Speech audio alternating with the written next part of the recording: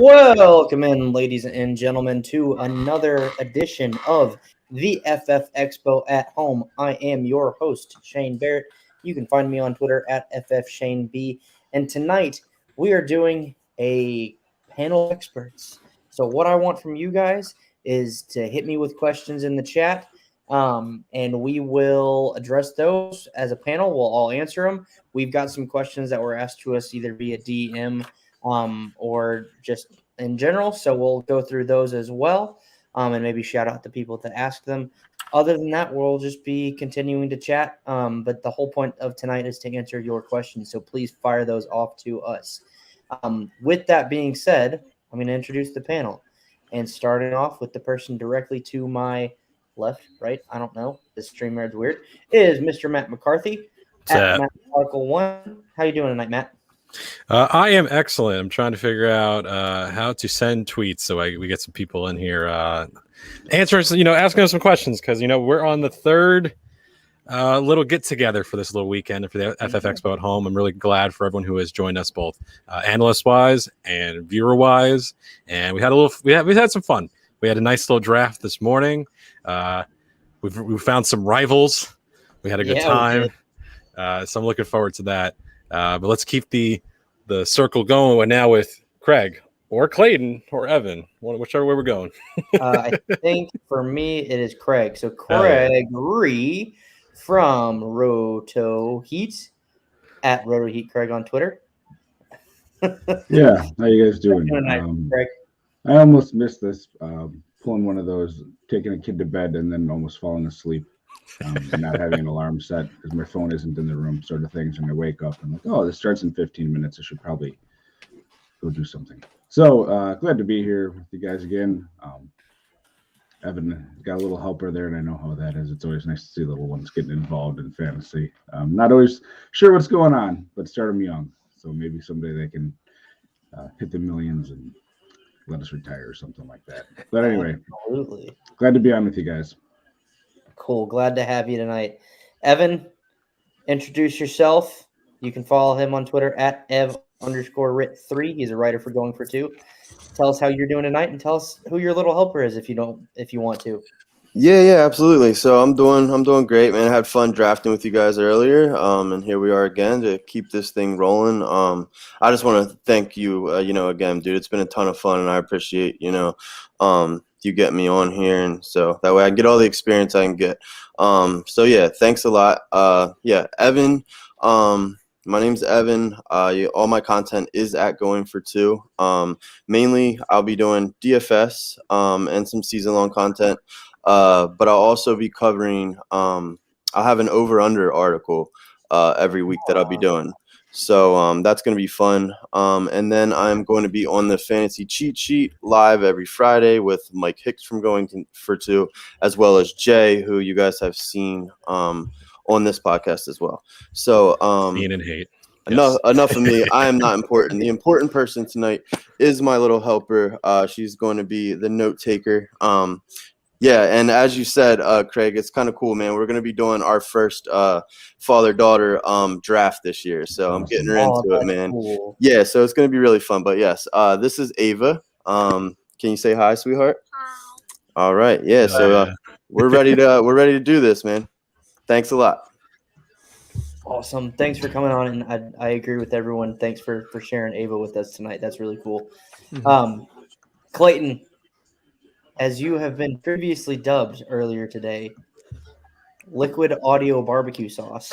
Audible Barbecue. Yeah, that's how it is. Please introduce yourself and tell us where people can find you. Well, my name is Clayton Stoneburner, a.k.a.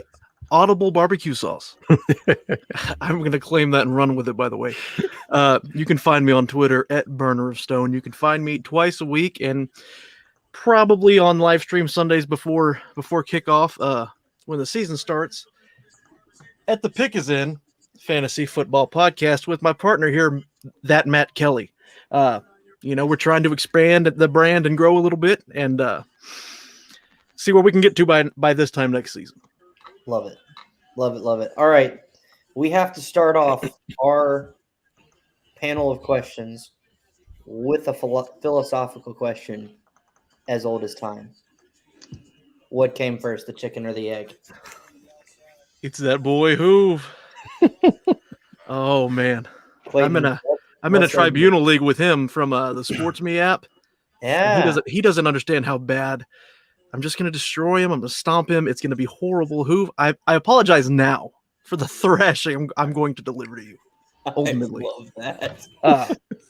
And obviously it had to have been the chicken. I mean, come on. All right. Evan and Ava, chicken or egg, which came first? It's got to be the chicken. I don't see how it wasn't the chicken. I mean, come on now. Craig? Just scientifically, eggs existed before chickens existed, so I'm going with the egg. I like it. I like it. Mhm. All right, Matt, are you going to tie it up? Yeah, I'm with Craig. I think it's the egg situation. It was a genetic mutation from another species. Yeah. All right, so we have a tie. 2 chickens, 2 eggs. And I'm going to be the tiebreaker. Which way am I going to go? I'm going with the egg. I think it makes more sense that the egg came first, hatched into a chicken, versus the chicken coming first and then plopping out an egg. So that's my thoughts. All right, then our next question from the chat, and I love this. Hey, Dave. I feel like we could go on forever about that. That's why I'm going to end that now. Yeah. Rabbit hole. I almost started to comment. I was like, wait, no, just shut up, man. Just shut up. So Dave, Toronto FF8 asks, best candidates to trade away from the preseason hype and who to actually keep from preseason hype. Matt, we'll start with you on this one. I don't know if y'all have NFL Network or anything on the background, but Trey Lance just threw an 80-yard touchdown pass. So it'd be Trey Lance at the moment. So here's the thing, right? I'm very much someone who doesn't take a lot into consideration of what week 1 preseason really does. A lot of defenses aren't really, Craig can really, attest more to this. They're really just kind of playing general like defensive schemes. They're not really planning for anything. They're not really trying to my knowledge, really run anything out there that's really trying to account for their week-to-week opponent. They're just kind of see, are the guys really doing anything correctly in the base sort of line? I don't really care about most of what's going to be happening in terms of offense. You almost want to see like bad things happening more than good things. So like today, right? Malcolm Brown. For some reason, Malcolm Brown is going to get consideration that he's going to be eating into and playing against Myles Gaskin. Myles Gaskin, last year we were arguing so much about like Matt Breida versus Jordan Howard, and then Gaskin in week 1. Yeah, in week 1, Gaskin, completely outsnaps both of them by a good margin, right? Yeah. So with a guy like Brown, if you're able to buy into he's going to be taking he took the first 4 carries of the game. He's going to be out there touching the ball, more often in terms of just regular carries. Gaskin, yeah, he was just a fine runner, but he also had a very good receiving floor, and receptions is something that I really play into as a full PPR kind of guy. So that's the sort of guys, if you can go and pick up Gaskin cheaper or draft him cheaper, that's really what I like. From, it's like, oh, Malcolm Brown, who it's like, oh, he ate into X, Y, and Z's touches last year. I don't care about these big backs that are going to be touching the ball. Kalen Ballage. Yeah, Kalen Ballage or Quadri Olson is a very also easy answer there over in Atlanta. I don't care about these guys who are going to run into the line 15 times a game for 40 yards, while the second running back is going to be used a lot more efficiently and a better way in receptions. So like Mike Davis, Myles Gaskin, it's not a testing to me drafting today in our earlier draft. I really like those players a lot. Yeah, especially Mike Davis. I've been very high on Mike Davis, my RB17 currently in full PPR redraft. That's what I have to think about Mike Davis. Craig. Yes. Who are some of your best candidates so far to trade away from the preseason hype? We're still pretty early, but there's been some people who've kind of been blowing up. So who you keeping? Who you trading away? Do we want to focus this on more redraft, or you're talking dynasty, or does it matter either way? Hey, where do you want to go with? Both. Boy, it's kind of interesting that the big guys that have really sort of stood out are not anyone that I'd think you'd be having as a major starter, and if it was someone that you would want to just be giving up on, like the young quarterbacks by and large. Someone like Dwayne Haskins I find really interesting as a potential stash because he looked a lot better with that Steelers in the preseason, but than he did through most of his time in Washington. And part of me wonders if a little bit of maturity and being humbled and going to a potentially more stable situation might be good for him, sit and learn behind Roethlisberger or something. So, I mean, he's not really someone that I'm going out there running after if it's a super flex league and poking around to see where he is or something, but he caught my eye as someone that really had not been focused on a whole lot. But, the other ones, like, there's people that were really high or really low on Mac Jones. I thought he did well for his first preseason action. I thought he looked good. Same with thing. Lance so far seemed to look good. Jordan Love, he's not going to be playing most of this year, but all those young quarterbacks and position guys that you've probably invested highly in that are doing well, you either have them or you don't at this point. I don't think a preseason game is going to push you one way or the other, and I'd argue that it really shouldn't.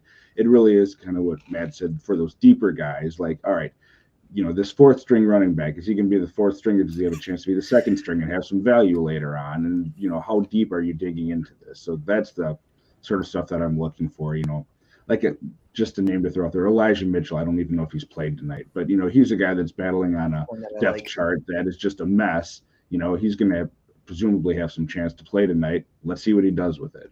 I'd love to see that. Yeah, that's he's, we're so high on, Sermon and his Mostert for the coaching staff is still saying that Mostert is their player.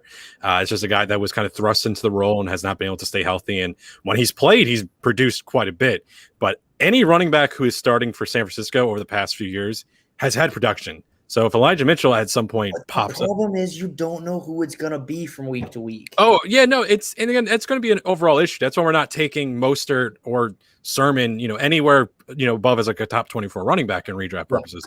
Because if we knew it was Mostert, if it was just Mostert and they said, yeah, we like Sermon, but we don't really care about how much he's going to touch the ball. And yeah, Elijah Mitchell's here, but we're just adding him for depth. We like, we've had some issues with injuries and all that. Raheem Mostert in this offense, with just potential, how it is an amazing run blocking team. They have had amazing schemes for their running backs. Everything works from a coaching standpoint that they can have a top 12 running back. They have just not produced a single top 12 guy because it's been a collective. So really, if you want to draft multiple of this one backfield and just kind of say, cool, because it's a 17-game season, we've seen injuries happen in this backfield. This is one of the situations where drafting handcuffs and drafting just maybe the handcuff, like that's something that I'm totally fine with for San Francisco. Great best ball backfield is what it sounds like you're saying to me. Yes. And again, in Dynasty, I have Elijah Mitchell also because I traded away my first and second round picks for one of my leagues this year to go and get Adams last year. Didn't win the tournament. That was fun. But Elijah Mitchell, like I said, if we've seen them had to rely on the third, fourth guy on their depth chart before. So, maybe this year they have good luck, but I like to think that in San Francisco, whoever is the starting running back, whatever week it is, I'd still say that there's a lot of, RB2 flex potential, even in, possible limited touches. So yeah, best ball, that's 100% the way to go with this team. Yep. Evan, who is a potential buy or sell based off of preseason hype for you? So I think so far, there's with the injuries in Baltimore and the news out of training camp, a lot of Sammy Watkins is actually getting a lot of buzz. So, I mean, don't do it. Yeah. I'm talking about get him off your roster because you're not going to get much, obviously, but with the hype and the injuries right now going into the season, if someone does need help at that position, you could potentially get, something for him. And then Ramondre Stevenson, maybe somebody to think about buying, after the run last night, just buy low, buy him and see what happens. You know what I mean? He could why everyone is hyped he slipped in mind. Damian Harris, he's potential breakout this year too, but Ramondre, broke off that 91 yards last. Yeah. Yes. Yeah, so he's potential, and Mac Jones looked really good last night too. I think why it was all kind of mediocre throws, we didn't really see him let loose. He looked poised. He looked like he definitely was in control of that offense. So I think he has the chance to, why not right away, but take over. And then if there's any chance of getting Trey Lance, I mean, I would go after him, especially after what he just did. I mean, I don't know. I don't think he's going to be the day one starter, man, but he's definitely eventually. I think no one would disagree that he's going to take over that offense at some point. And I think it'll be sooner rather than later.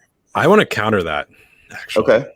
So the San Francisco offense last year, the 3 major receiving options, right, were only together for 4 weeks of the entire season.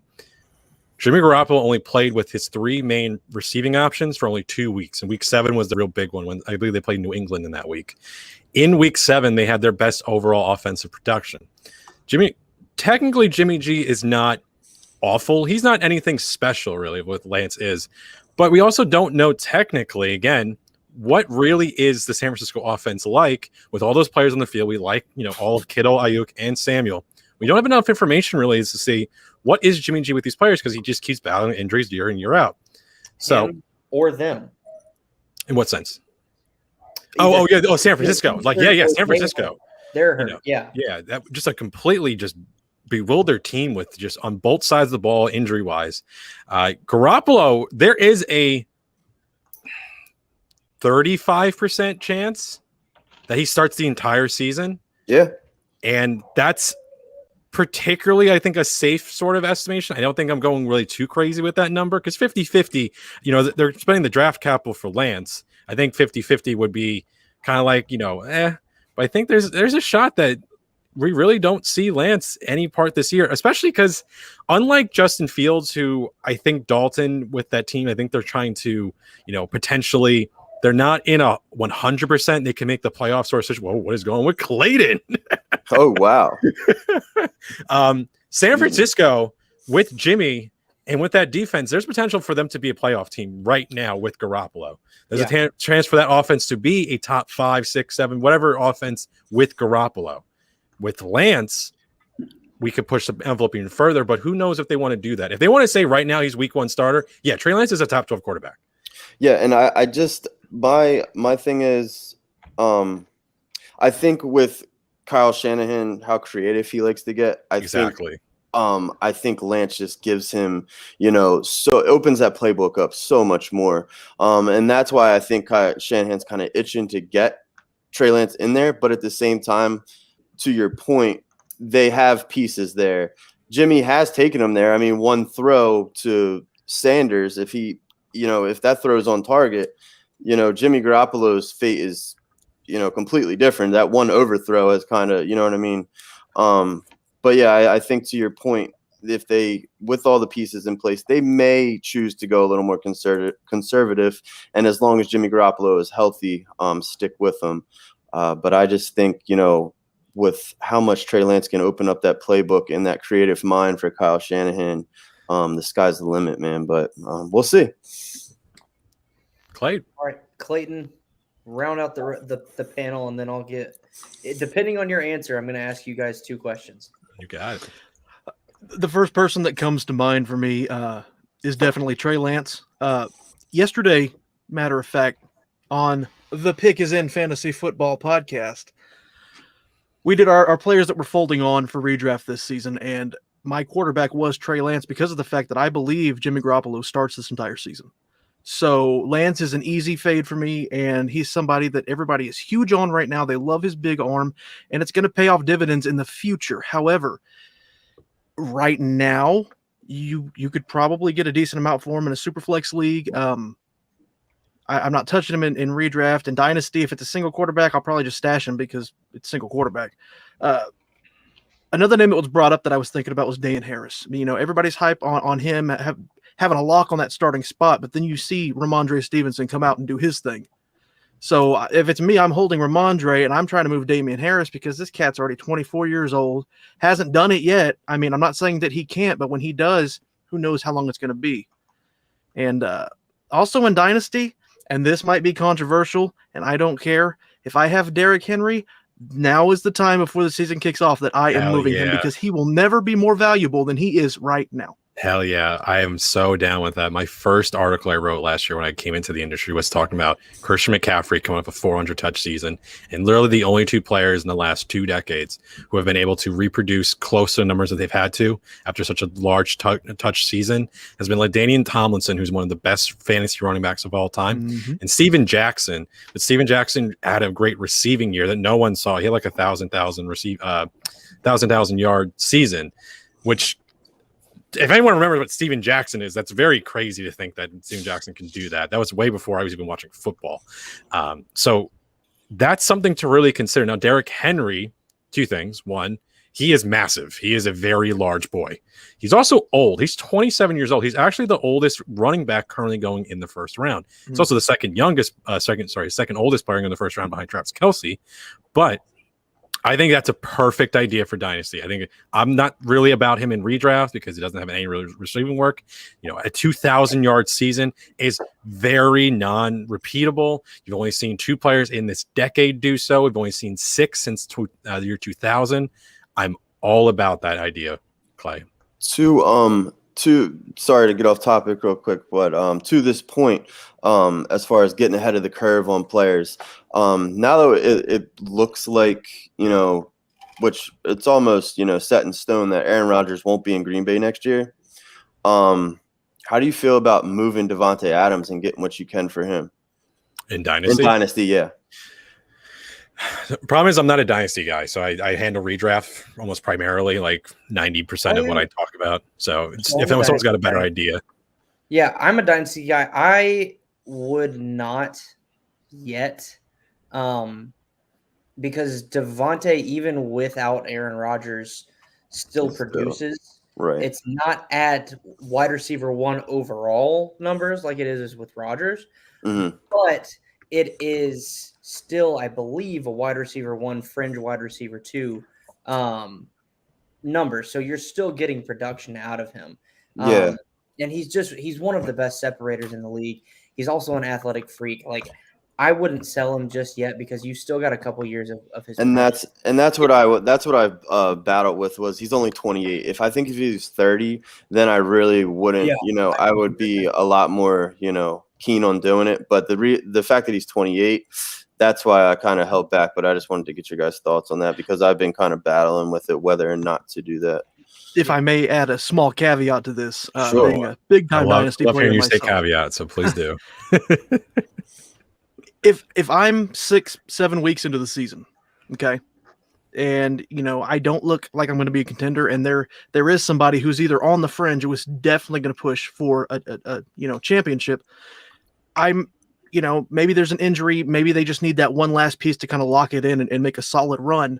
There's nothing wrong with halfway through the season realizing that, okay, I'm not going to do a full rebuild, but I could move him now and get some decent pieces for it. I could get a Brandon Ayuk and a first and maybe another piece and build off that, whatever it might be, Right. whatever you're into. But I would look at it later into the season before the trade deadline and maybe make a move just that makes sense. I like that a lot. That's yeah. actually one of my favorite strategies to do in Dynasty specifically is assess your team right around the midpoint of the season, because then you can decide, are you going to be that team that tries to make a push, or are you going to blow it up or do a small retool and try to get a little younger and get some different pieces in there and capitalize on someone who is trying to push.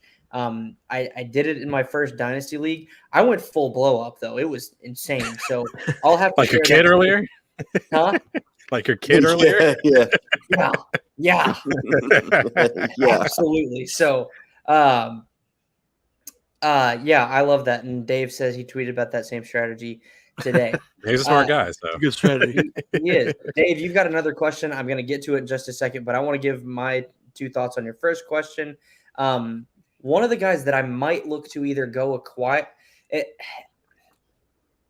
I'm kind of torn on what to do with him, but one of the guys that I'm thinking about is KJ Hamler, because he's looked really good with Locke, but he's so far down the pecking order. From a Dynasty perspective, though, Cortland Sutton and Tim Patrick are both free agents after this season, so then he could step right into being potentially the wide receiver 2 on this offense. Redraft, I'm going to throw it to you first, Matt, and then Dynasty, we'll hit the rest of you guys. So what do you think about him for redraft, Matt? He's not worth enough right now. We've talked about it a little bit actually earlier or yesterday. Denver is a very crowded team. It's outside of Sutton. I'm really not even targeting Judy. It's really just Sutton for me. If Noah Fant, I'm pretty down on right now. The only reason I care about Noah Fant is because he fills a tight end position. If he wasn't listed as a tight end, I wouldn't care about him. I do think he's athletic. I like this team from a general football standpoint. It's really, if we just had a better quarterback, and again, I was watching that game. Minnesota is going to be a disaster again. They're going to decide that they have to. They're still trying to relive their glory days of having a good defense, and Zimmer just can't get over it. They're going to do the exact same thing they've done the last 2 years, which is the first month of the season. They're going to try and limit the pass attempts, and they're going to try and do a big run push and trying to keep teams competitive defensively, which they cannot do. They don't really seem to have the real structure to do so. And if Craig has more to build on that for defense for Minnesota, because I saw them looking like a disaster beginning of, was it like Justin Hunter went down like a week or two right before, if I have the name wrong, let me know, right before the season. With their defensive lineman, Daniil Hunter, thank you. So the right before the season kicked off last year, and I was like, I think we're not treating this defense correctly. And we saw like, oh yeah, Minnesota is a sieve. You can kind of do whatever you felt like on them, which led to big seasons offensively from the guys. But Denver, to circle back around, Hamler for redraft purposes is not on my radar. Locke, congratulations for looking good against. Whoa, what's going on over there? Is not. If he can push the envelope, cool, because Teddy Bridgewater, I think, is just safety. So for Hamler and for everyone else, if Locke can finally do something, because we've seen enough of Bridgewater, I would have really just liked literally anyone else at quarterback. Yeah. Craig, what do you think about KJ Hamler from a dynasty perspective? Hold on. Clayton, what the hell are you doing? As he's on mute. I'm adjusting my lighting over here. Maybe I'm trying to have a little party, Oh yeah. Okay, well, let's It's the get disco lit. ball going. Craig, back to you for KJ Hamler from a dynasty perspective.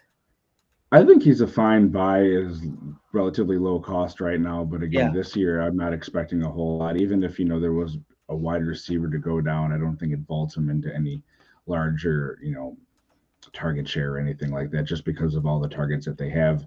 And with their quarterbacks, it still looks like that they're going to try to remain run heavy. How well that's going to work with all the, there's at least two very good offenses we think in that division: the Chiefs and the Chargers. And the Raiders, you can flip a coin, and I don't think anyone's expecting a lot, but them pulling something out of their hat for once wouldn't surprise me either. So they may have to throw more, but to Matt's point, there's just a lot of bodies there ahead of them. So, yeah, absolutely. I don't want to say it feels too easy to just say, okay, there's too many mouths to feed. I feel like that's a lot of times we fall into that sort of crevice, and it's just bad process and bad information and bad advice.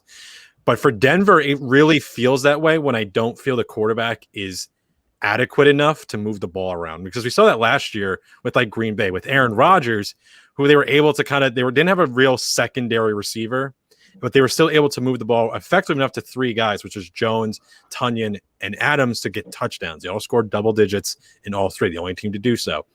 So it's a little bit different story when you have a team like Denver, where it's like, all right, is Locke just going to completely implode one week and then they move to Bridgewater? Because the problem I have is whoever starts for this team, there's a possibility by week 6 or 7, it's the other guy, and then the season's lost. But I'll move it on to Evan if he can hear us, because he's got the headset off. Yeah, no, I can hear you. Sorry. I'm going to pivot and give Evan and Clayton my other player. Sounds great. To consider Can selling. you guys hear me okay? Perfect. Yeah. Okay, cool. Yeah. So the little note keeper over here couldn't hear with the headset on, so I had to take that off so she could hear. Understood. Hi, little note taker, Ava. So the player that I might consider selling solely based off of preseason hype, especially in Superflex leagues, is Justin Fields. He looked fantastic today. He did. And Bears fans and fantasy Twitter are losing their minds to the point where I think you could get a haul for him right now in a Superflex league. Evan, what do you think? Whew.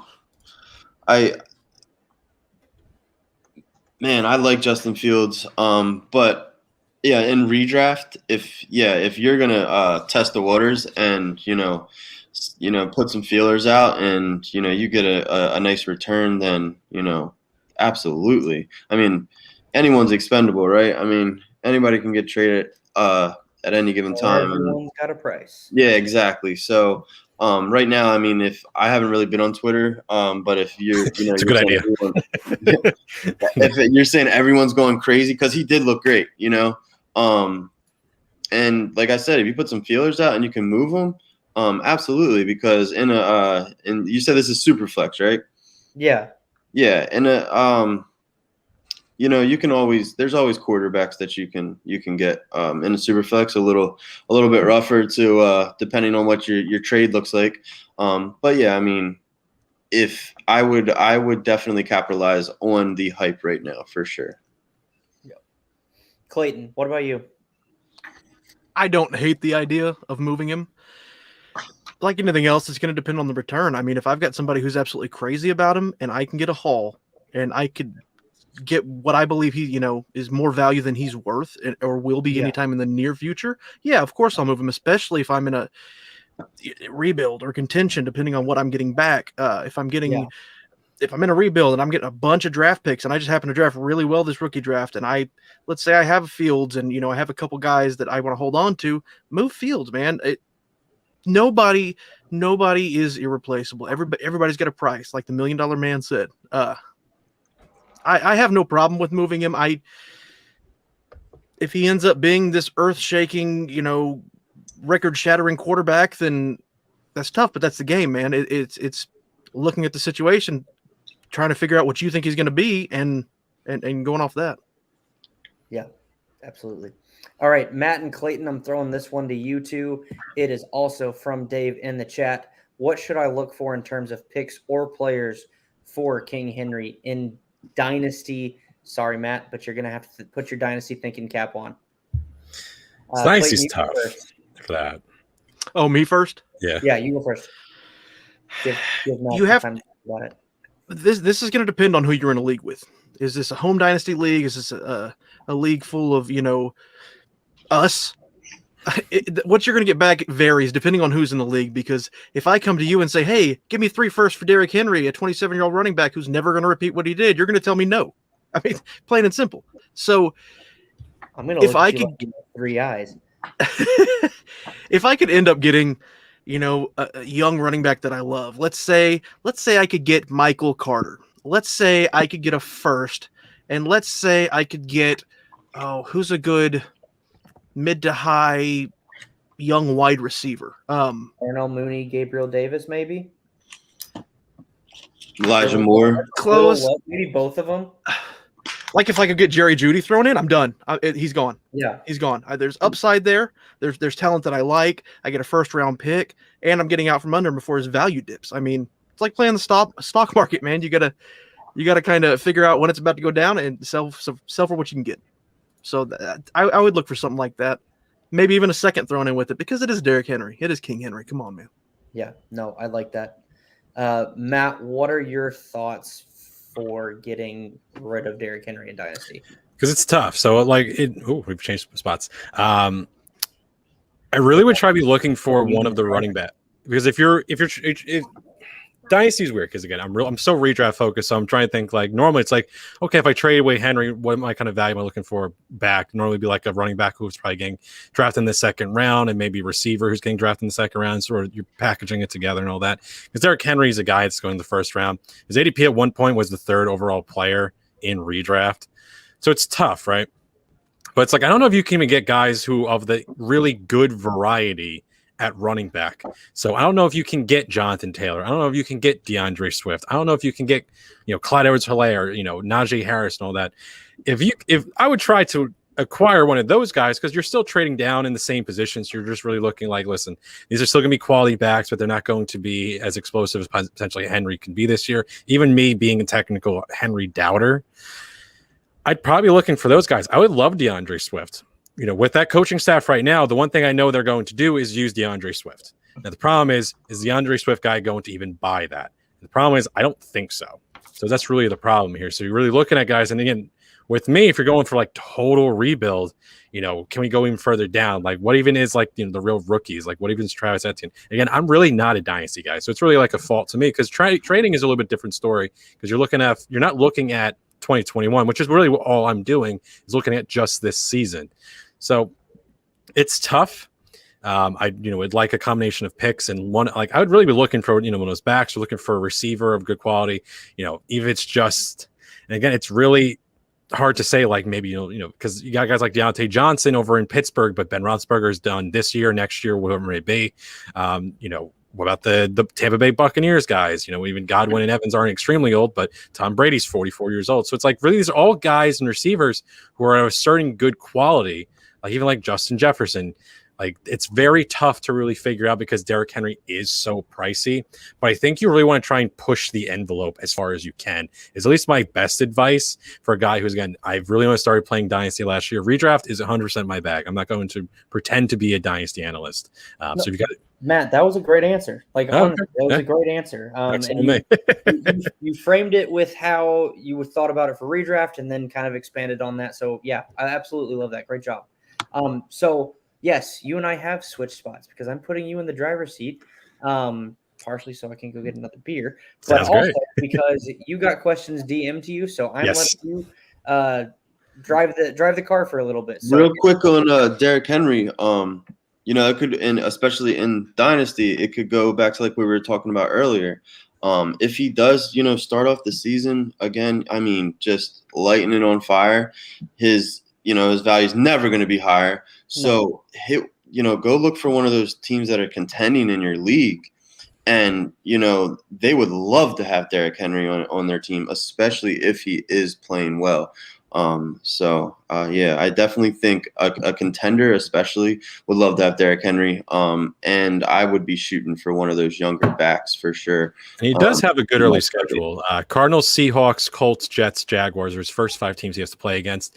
Really and they're all kind of like middle of the pack. There's no real like super advantages. The Colts are most likely the most difficult of that group in terms of run. This is points per game allowed last season via CBS.com. But Shane, you go scoot. I got this. So, from Guy Esposito at My Name is Guy. First one's a joke, and then the second one is asking about it's framed in a better way. He said, will Tom Brady be old enough to collect Medicaid by year's end?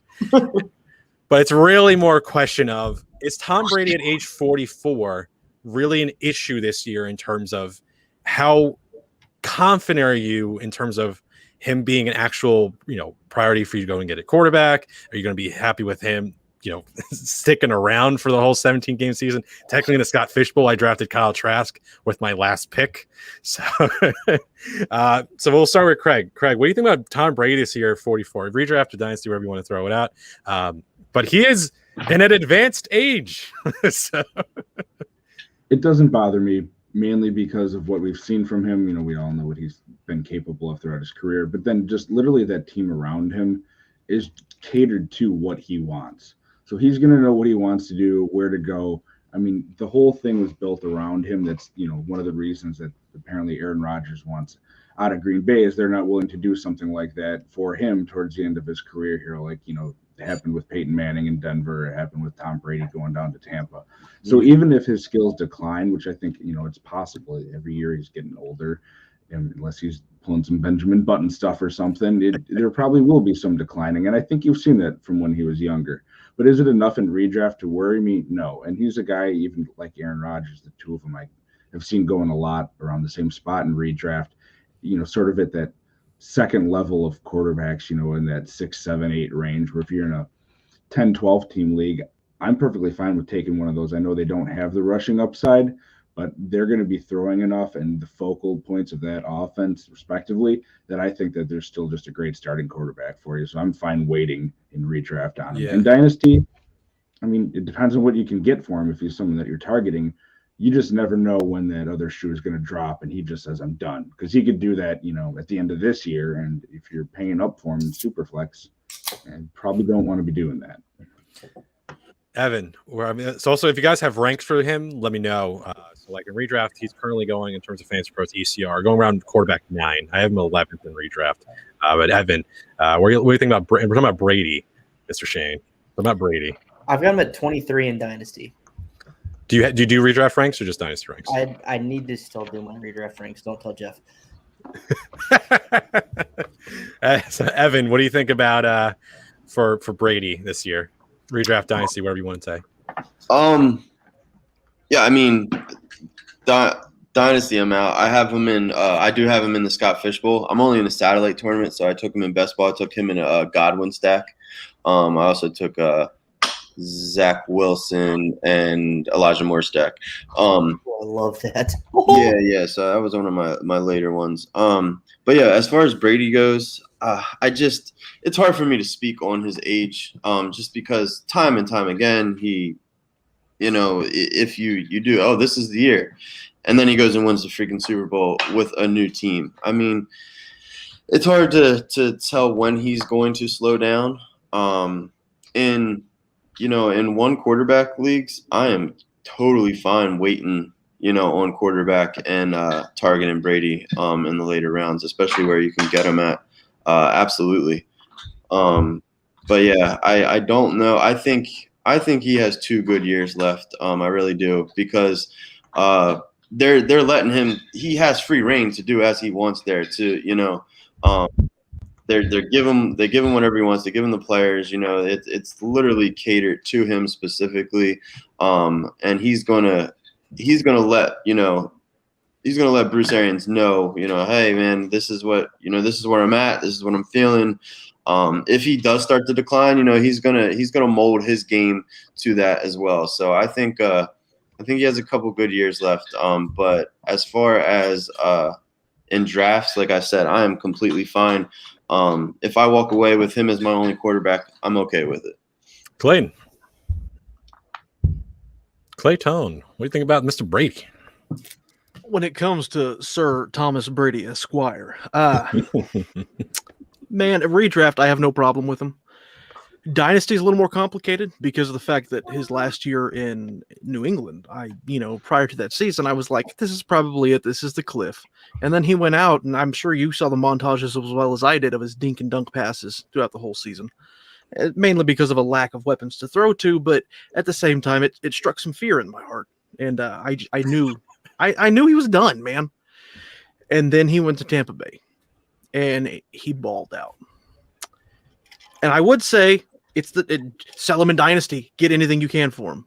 But the truth of the matter is, I don't know if it's going to be cybernetics or cryogenesis, but he will find a way to play until 2032, 2033 season. I mean, it's what it feels like. We can rebuild him. We can make him stronger. His agent has said they are looking at 4 to 5 more years. And it's the fact that that's even on the table is just insane. But the one thing really he's is. avoided has been any sort of catastrophic injuries to his throwing arm. He hasn't really had anything besides was the ACL back in 2006. I mean, the man takes care of his body. It's unreal what he pays and the stuff he goes through and what he eats. And maybe it's the avocado tequila, man. I don't know. But when it comes down to it, man, you can't count him out until he shows you that you have to. At this point, if I have him in Dynasty, I'm holding on to him until the bottom drops out. That's it. And I have no problem with him in redraft. Sounds good. We'll move on to the next one. We're trying to keep it a little bit shorter than that because I talk about Brady all day, but I never want to talk about Brady for all day. So we got from Sean Stratos at Hi, I'm Stratos. Will Jalen Hurts keep the starting role in Philly? It's 2-pronged. Is there a trade? Is that trade rumor you thought that might have happened with Deshaun Watson actually any sort of fruition? And also, are they really locked and loaded on Hurts with the elite one Joe Flacco behind him? It's more of a sense that is Philadelphia actually so loaded into Jalen Hurts really being their starting quarterback, considering that this is not, to my knowledge, this is not you got drafted last year. This is not the regime that drafted Hurts. They don't have any sort of real inclination to do so. That's why we had the rumors, I guess, of Watson being brought in the first place. Do you think Jalen Hurts starts this year as the Philadelphia Eagles quarterback, and do you think he stays the whole season? Shane, over to you. Yes and yes. Sounds good. But after that, I don't know. I think they want to see what they've actually got, and see if he can be a starting quarterback in the NFL and continually produce. So I'm not worried about Joe Flacco. Sorry, Lindsay. Okay. I think Hurts gives that team another aspect that Flacco clearly doesn't, which is his rushing floor. So from a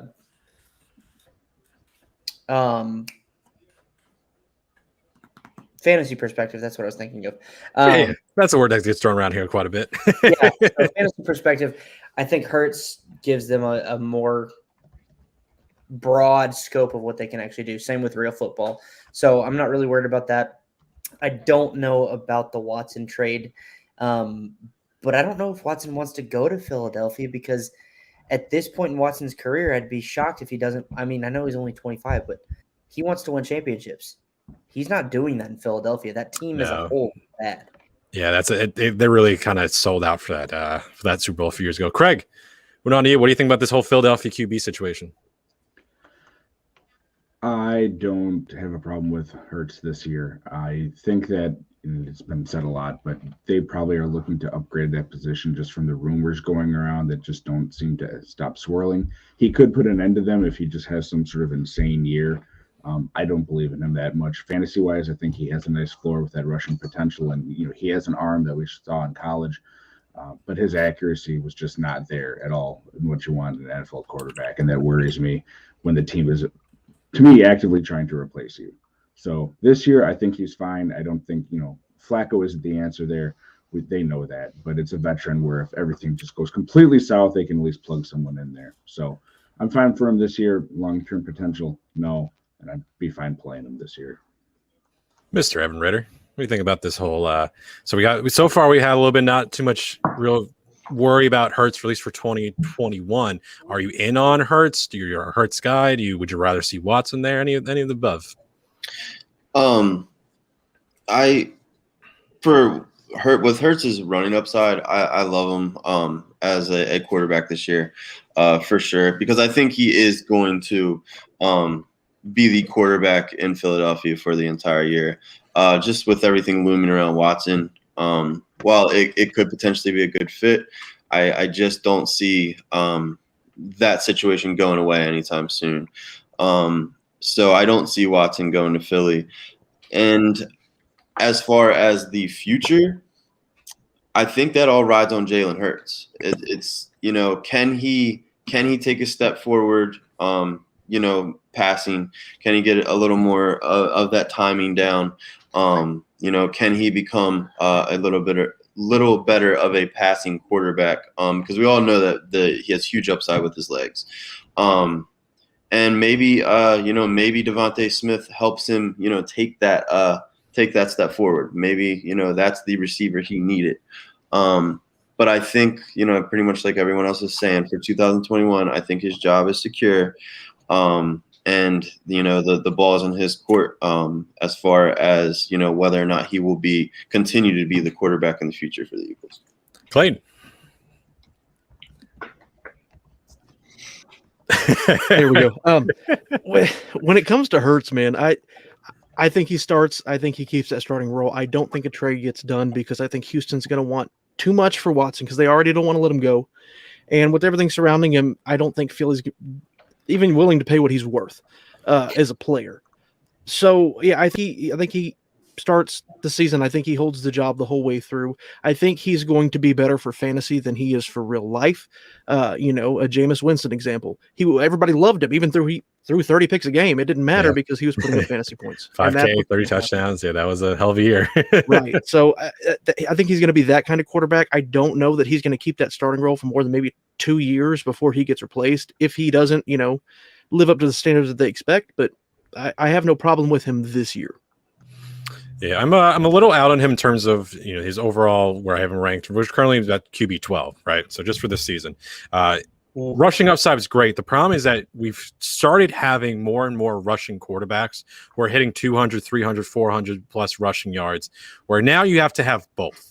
Where it used to be just like a year or two ago, where before Jackson really came in, just having like 300 rushing yards or like 500 rushing yards. When Russell Wilson was like the only guy doing it, that was a big deal, right?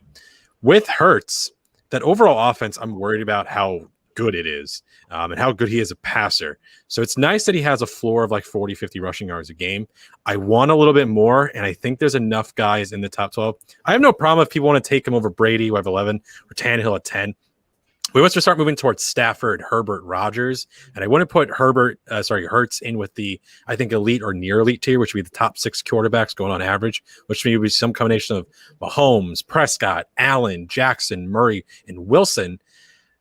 I really think it's starting to worry that we're putting too much emphasis on one statistic.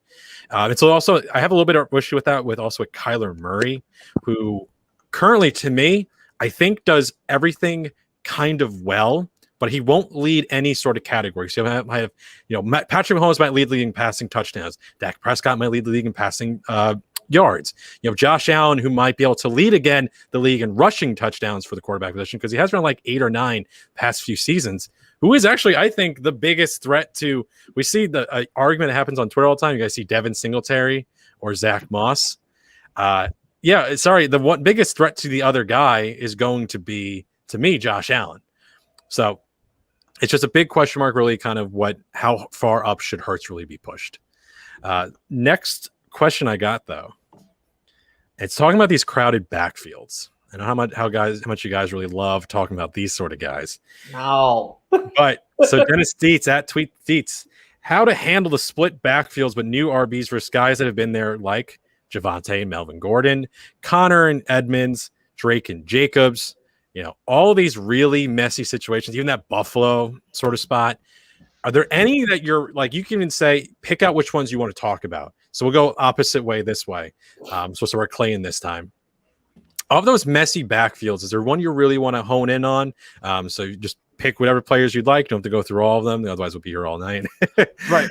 I'll go with the Bucks backfield, if that's acceptable. Oh, of course it's acceptable. I am 100% out on Leonard Fournette, and I am 100% in on Ronald Jones. Okay, let's hear it. You look at the statistics from last year, and the only categories in which Leonard Fournette was better than Ronald Jones was in receiving. He got more receiving work. You had playoff Lenny down the stretch because Rojo was banged up. But when you really break it down, man, Rojo is over here, breaking off almost 5 yards a carry for the entire season, and Fournette's down around 3. I mean, he had more. Rojo had more yards. He had more touchdowns. He had more opportunity, and if it wasn't for the injury, playoff Lenny wouldn't be a thing. So that's where I land in that backfield, and I think with the addition of Giovanni Bernard, it's only going to take receiving work from Fournette because he was the receiving back last year. It doesn't hurt Rojo. He is the number 1 in that backfield. I got some stats actually help your claim there if you want to. So before week 13, and this offense changed completely for a few ways. 1, Antonio Brown came about and really cemented himself, got comfortable. 2, Ronald Jones went down with injury. Prior to week 13, here are the comparisons between the two, Ronald Jones and Leonard Fournette. Ronald Jones had 162 carries for 820 yards, 40 targets, 27 receptions for 161 and 6 total touchdowns. Compared to Leonard Fournette with 69 carries, 271 yards, 37 targets, 28 receptions, 171 receiving yards, and 3 total touchdowns. If Ronald Jones didn't get hurt, and if Leonard Fournette didn't get playoff status, we would really be on Ronald Jones. I love that. Thank you, Shane, for yelling at me in the chat. On to Evan. I thought it was great stats. All right. Thank you for those, by the way. Evan, pick a backfield. Look, you got to make a 69 joke. It's fine.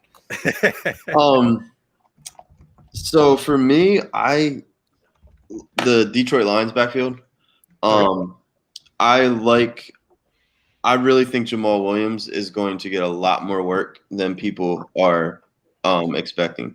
He's coach has already said he's going to ride the hot hand.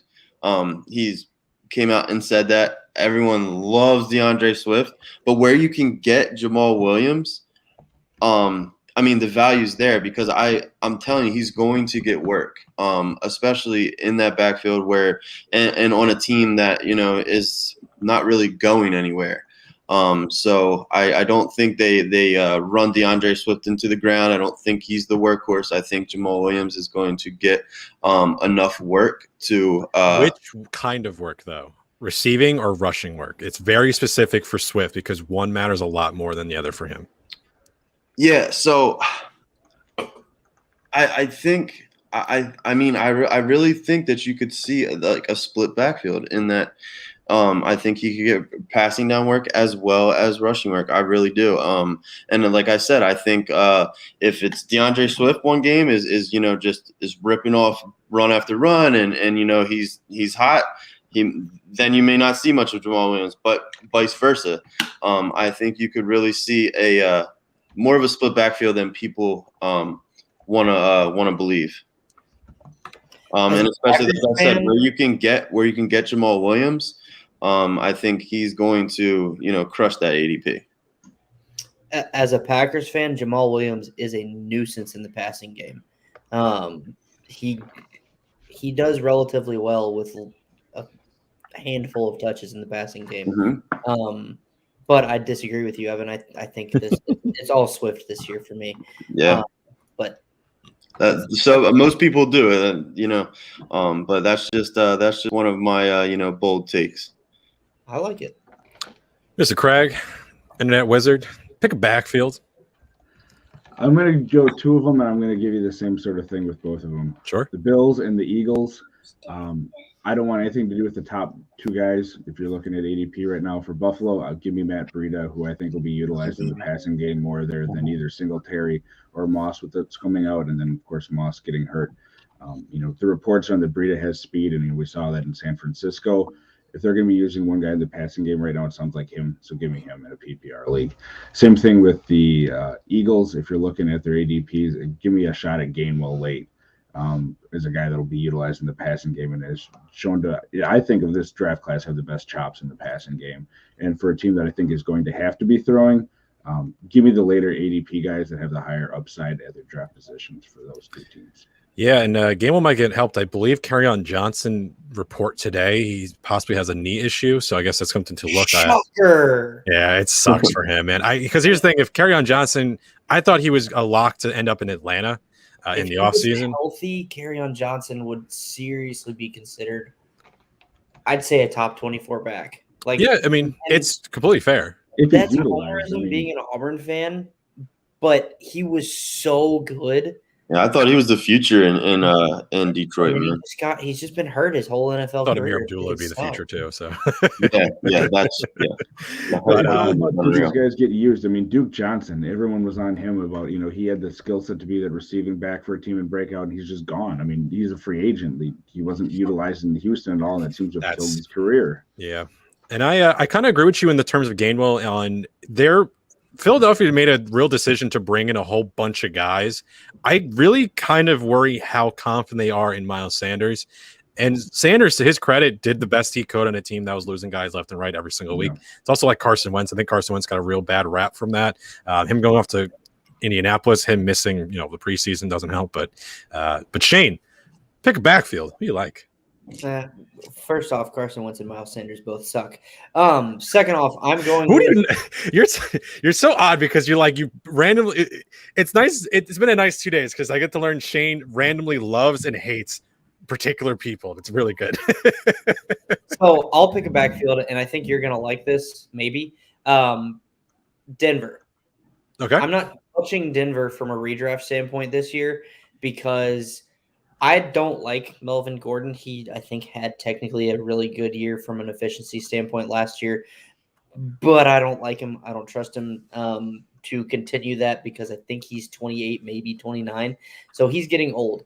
But I think if he is still on the team, he's going to, and we talked about this earlier, and I think yesterday or maybe Tuesday on the Podathon, I can't remember. This shit's running together at this point. But I think Gordon is going to cut into Javonte Williams' workload a lot more than people want to admit. And Javonte is being overdrafted because people are so hype on him. From a dynasty perspective, it's Javonte 100%. Oh, yeah. No, super. But from a redraft standpoint, I don't want either one of them because I think Melvin Gordon sticks around longer and pisses off Javonte owners. And then I think Javonte steals some passing work and touches here and there that were valuable to Melvin last year and is a nuisance for them as well. And hell, even if Javonte doesn't take over by week 8, I think he will, and then they split it from week 8 or week 9 to week 18, you're dealing with a split backfield here, and I don't want anything to do with it. Yeah. I think their offensive line will be better, but there's just we've talked about it a lot this weekend. There's too many mouths to feed there. I don't know who the quarterback is. Don't know if that's an asset to either one of these guys. So I'm not touching these guys if I don't have to. Yeah, a few like career lows in terms of like, yards per game receiving wise and receptions, which actually really have helped Melvin Gordon quite a bit because he's not a particularly excellent runner. That's not his real like shining star really moment for him. He's only had 2 seasons, his entire career over 4 points per carry. 4 yards per carry. So he's not historically been an excellent runner. That's not really what people kind of gravitate towards him. He's just very kind of good at both spots and has been able to have a very good sort of like backfold in terms of touchdowns, which was not an accountable sort of stat at all anyway. But 100% with you, I'd rather prefer to take neither of them and just say, hey, I don't want them. But going out and recommending people to go get Williams ahead of Gordon, I don't think is a clear mistake. Oh, that's a horrible idea. Completely with you on that one. I got more questions. Look at all these questions. Hold on. Before you do that, let's check the chat real quick. Sure thing. You got Nick Spinelli saying he loves you. People love you. That's why he wants to check it. He already saw that. No, I didn't. I can't see it. I was on the banners. I love you too, Nick. Okay, let's go back to the banners. Throw that up. Matt, take it away with your next question. So, James Franzone at JFranzone35. Do you see any NBA style load management happening with the extra week? Really kind of guess in terms of going with running backs, right? Are you going to see towards the end of the stretch or maybe in the mid-season kind of have like a second bye week is kind of how I'm pertaining this. And this is something I've talked about before where a lot of teams were hoping for a second bye or a universal bye. The Thursday night games are a killer to everyone involved. The Players Association hates them. Hates the Thursday night games. Everyone says it feels like you got hit by a car. Really a bad product too. That's what I don't like. It's a good Thursday night game. We'll go right into you, Shane. Yeah, so take it away on this one, really. Yeah, so that's a really, really good question. So shout out to, I think you said James Franzone, JFranzone 35. Yeah, so that's a really, really good question. I think you could see it with the playoff teams later on in the season. So if you've got a team like Cleveland, it's about Cleveland because they have a running back in Hunt who Green Bay, Cleveland. I'm trying to think of someone else. Tampa Bay. Pretty easy one. Yeah, maybe. What about Tennessee with Darrington Evans coming back? Darrington Evans, especially with Henry with this load. Like I said, I think this year as a year, I think you should be loading up on all the running backs you can late in the drafts, right? Yeah. Indianapolis is another one. Yeah, with Mack and Hines and the whole funky bunch. Hines, and I think they still have Jordan Wilkins, but who really cares about Jordan? Buffalo, I mean, that's a team I think comes out of the East, but who knows Buffalo, exactly. I'm not really worried about because I think they don't really want either of them anyway. Because we're really looking at Cleveland because of Chubb. You have Tennessee. You're just the division. The guys you think are going to win the division. So it's kind of like, are you prioritizing handcuffs? Are you worried about these? Because a lot of running backs are going in the first round. I'll be honestly, I'm a big handcuff guy anyway. So if I can go get a handcuff, whether it's redraft or dynasty, I'm going to.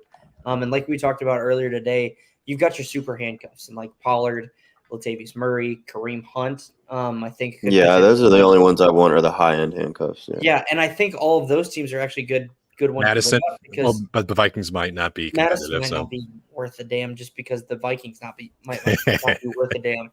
But yeah, I think those three right there are good handcuffs to own because all three, depending on how New Orleans quarterback situation shakes out, could have a lot of value late in the season if they decide to rest their starters.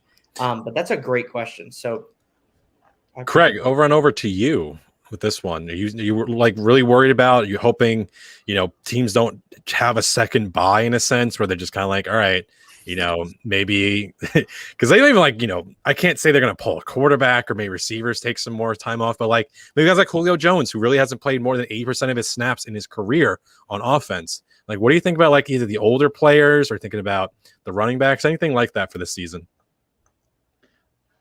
It is a consideration, but I think it's just one of those things that runs in there, sort of like injuries and then how well a team ends up doing as far as resting guys down the line. It's so hard to predict that. I mean, some of these teams, if you look at them, like Tampa Bay, pretty much everyone's predicting them to get to the playoffs. They're probably going to do well in that division and not have to worry about a whole lot of it at the end of the year.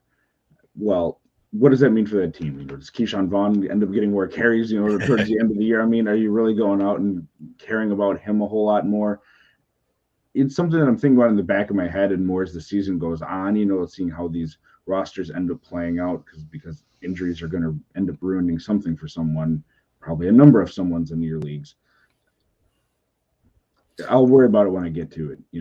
Hey, that's fine. Listen, we're middle of August right now. That's a total, like, it's a November question in a sense, and it's like, how far can you really, because this is the first time we have this season. We might know all about this and be super like confident in what we think in 2021. In 2022.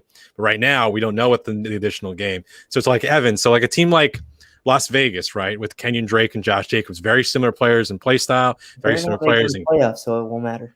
But this is a team that has, for the first half of their season, been competitive. So let's say they put it all together this year, right? So like a team like Vegas, any of those teams that have, similar backfields in terms of quality, are you seeing maybe more touches pushed off to the second guy? It doesn't have to be Vegas, but like a team like that. So what's your thoughts on that? What about Arizona, Evan? Arizona, same thing. Yeah, any of those teams. Yeah. So as far as, I think that they're like in Arizona specifically, I think Edmonds is going to get the chance to handle his business and be the guy. But we haven't seen him be able to do that. So I'm pretty sure that's why James Conner was brought in. So they're not going to just let James Conner not get any touches. And earlier we were talking about the Jacobs and Drake thing, and I was kind of a little higher on Jacobs, but after I think it was last night actually, after you made the point of how much they paid Drake and kind of looking at statistically wise, they're kind of the same player, you go hand in hand. I don't see why they're going to let Jacobs be the main guy. So I'm starting to really think that until an injury or one guy just doesn't have it anymore, which I think is a potential for Connor.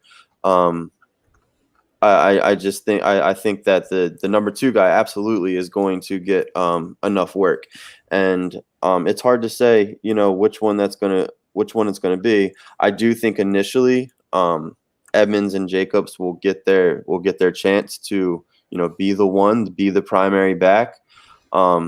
But those guys are there for a reason, and with any slip or any downside to their game, I think they could easily get their job overtaken. Clayton, wrap this bad boy up. What do you kind of think about with like all these backfields, receivers, any like sort of guys who might even have like injury concerns going into the year? What's kind of like going to be the additional game, because we're talking about the season ending now in January. So like what does it really look like for you? So when you look at this, you could argue when do we have our playoffs? When is our championship? Is it week 17 ever? No, it is now, technically. Technically, but before this season, no, because week 17 was kind of a load management week. It was that week. If you had clinched, you're not putting your starters out there, man, because that game doesn't matter. So I think if anything, we're going to see, week 17 and 18. If you have a team, if you have a Kansas City who's up 3 or 4 games, they've already clinched it, they've already clinched their bye, they're not worried about anything, then yes. People having their championship weeks in week 17 who moved it ahead because the season, expanded by a week, those people are going to be very upset. When their Patrick Mahomes and their Tyreek Hill stack, are sitting out because they've clinched the bye, they're not worried about anything, they're not putting them out there weeks 17 and 18. So if we see anything, it'll be at the end of the season. So like I'm up here in New York, so like New York Jets, right? So technically the week 17, which would be championship week for regular, that's a regular fantasy. Like if you start up any sort of site, your fantasy championship is now week 17, where it was week 16 prior. Right. That is January 2nd. January 2nd is now championship week. That is a crazy long time from now. And it's just really interesting to look at. And you're like, huh, we're gonna be in 2022 by the time I actually, I get to put my name on the trophy in the league we just set up with everyone, because my team was so good, guys. Thank you for letting me draft that Bill stack. That was so kind of you. But it's really interesting to just think about, because again, next year we're going to possibly come in with just all the information we can have on this. So it's just, I think it was a really good question to cover, because people are going to be thinking about what is really going to be, the total situation about what is this going to look like. We got a few more questions. That's actually coming from, he couldn't join us tonight, but it was a big fan of him having on with us earlier in the day, which is Joel Segrist. Find him at Joel Segrist. Was it Joel Segrist FF? Yes, Joel Segrist FF. Good guy. Builds websites. He's a kind fella. Matt, I've actually got a follow-up question real quick. By me. I will pose it to Clayton specifically because you brought it up. Sounds great. If a team clinches their playoff spot, their bye week, etc., really early, do you see them starting to bench players earlier with this extra game? Bench, no. A reduction of workload, perhaps. If you go too early, if you go to week 13, I don't think anybody can say that at week 13, with 5 weeks left, that they've clinched a bye. So it's going to be later than that. But if they have a really good feeling, if their division, if their conference is that spread out, sure, but I don't see it playing out that way. There's going to be very tight races to get those bye weeks in the first round. So if anything, like I said, it would be week 17 and week 18 where we see two instead of one, like we've typically seen. Because who can we even think that might even clinch that far out in terms of like division? So like the AFC East, I don't think I think the Bills going to take it, but I can't say that they're going to be that far out. I'd like to think the Chargers and possibly the Broncos are a little bit of a sleeper, but the Chiefs, they're perennial kind of Super Bowl contender at this point. But and I think the Chiefs are going to come out, and I know I said this on the podcast. I might have said it earlier this weekend too, but I really think they're going to come out and be like, yeah, you guys pissed us off because we lost in the Super Bowl, so we're going to beat you by 50. We're going to beat you by 30. We're going to beat you by 40. We're going to beat you by 20 because we're feeling nice today. And then we're going to come back and beat you again in 2 weeks by 50. So we just for the AFC, it's probably just the Chiefs, because the AFC North is extremely competitive, and AFC South, you at least have the Titans and the Colts. And on the NFC side, technically, we never know who's going to win the East for the NFC. Washington won it last year, and that's the best team in the division. But I guess it's going to be the Cowboys or the Giants. And I think the Giants, if they get their act together and they stop fighting each other in practice, I like that roster. But who knows there? The NFC West is a total toss-up. Yep. The NFC North, I like to say Packers, but the Bears now have an offense potentially with whenever Justin Fields gets in there. So it's still, I think, two teams. And the NFC South, I guess maybe that's the other one with the Buccaneers, because I think the Saints really take a step back. And the Panthers and Falcons are kind of teams in flux right now. They're really trying to kind of get it all together, one way or another. You got new quarterbacks, you got new head coaches, all that sort of stuff. So maybe just the Bucs and maybe just the Chiefs. We're thinking about that a few weeks prior to real championship week, but I guess we'll know more when that kind of gets down to it. But otherwise, the question from Joel Segrist. It's going to be very focused on, so it's a friend of his. His name is Kevin, so we can all say hi to Kevin. Does Tyler Lockett's volatility scare you? How does the new offensive coordinator from the LA Rams change your expectations for that offense? And I'm back to being the center square. Have I lost host roles to lost your host roles? Actually, you can ask me these questions since they're from Joel. But since I've got him too, I figured I could take back over. But no, go ahead. Ask your questions, sir. So answer the question. So I asked and answered. I asked the question. And answer. So I'll answer first, just so because I does Tyler Lockett's volatility scare you off? At his price, no. I think at his price, he's a decent value. And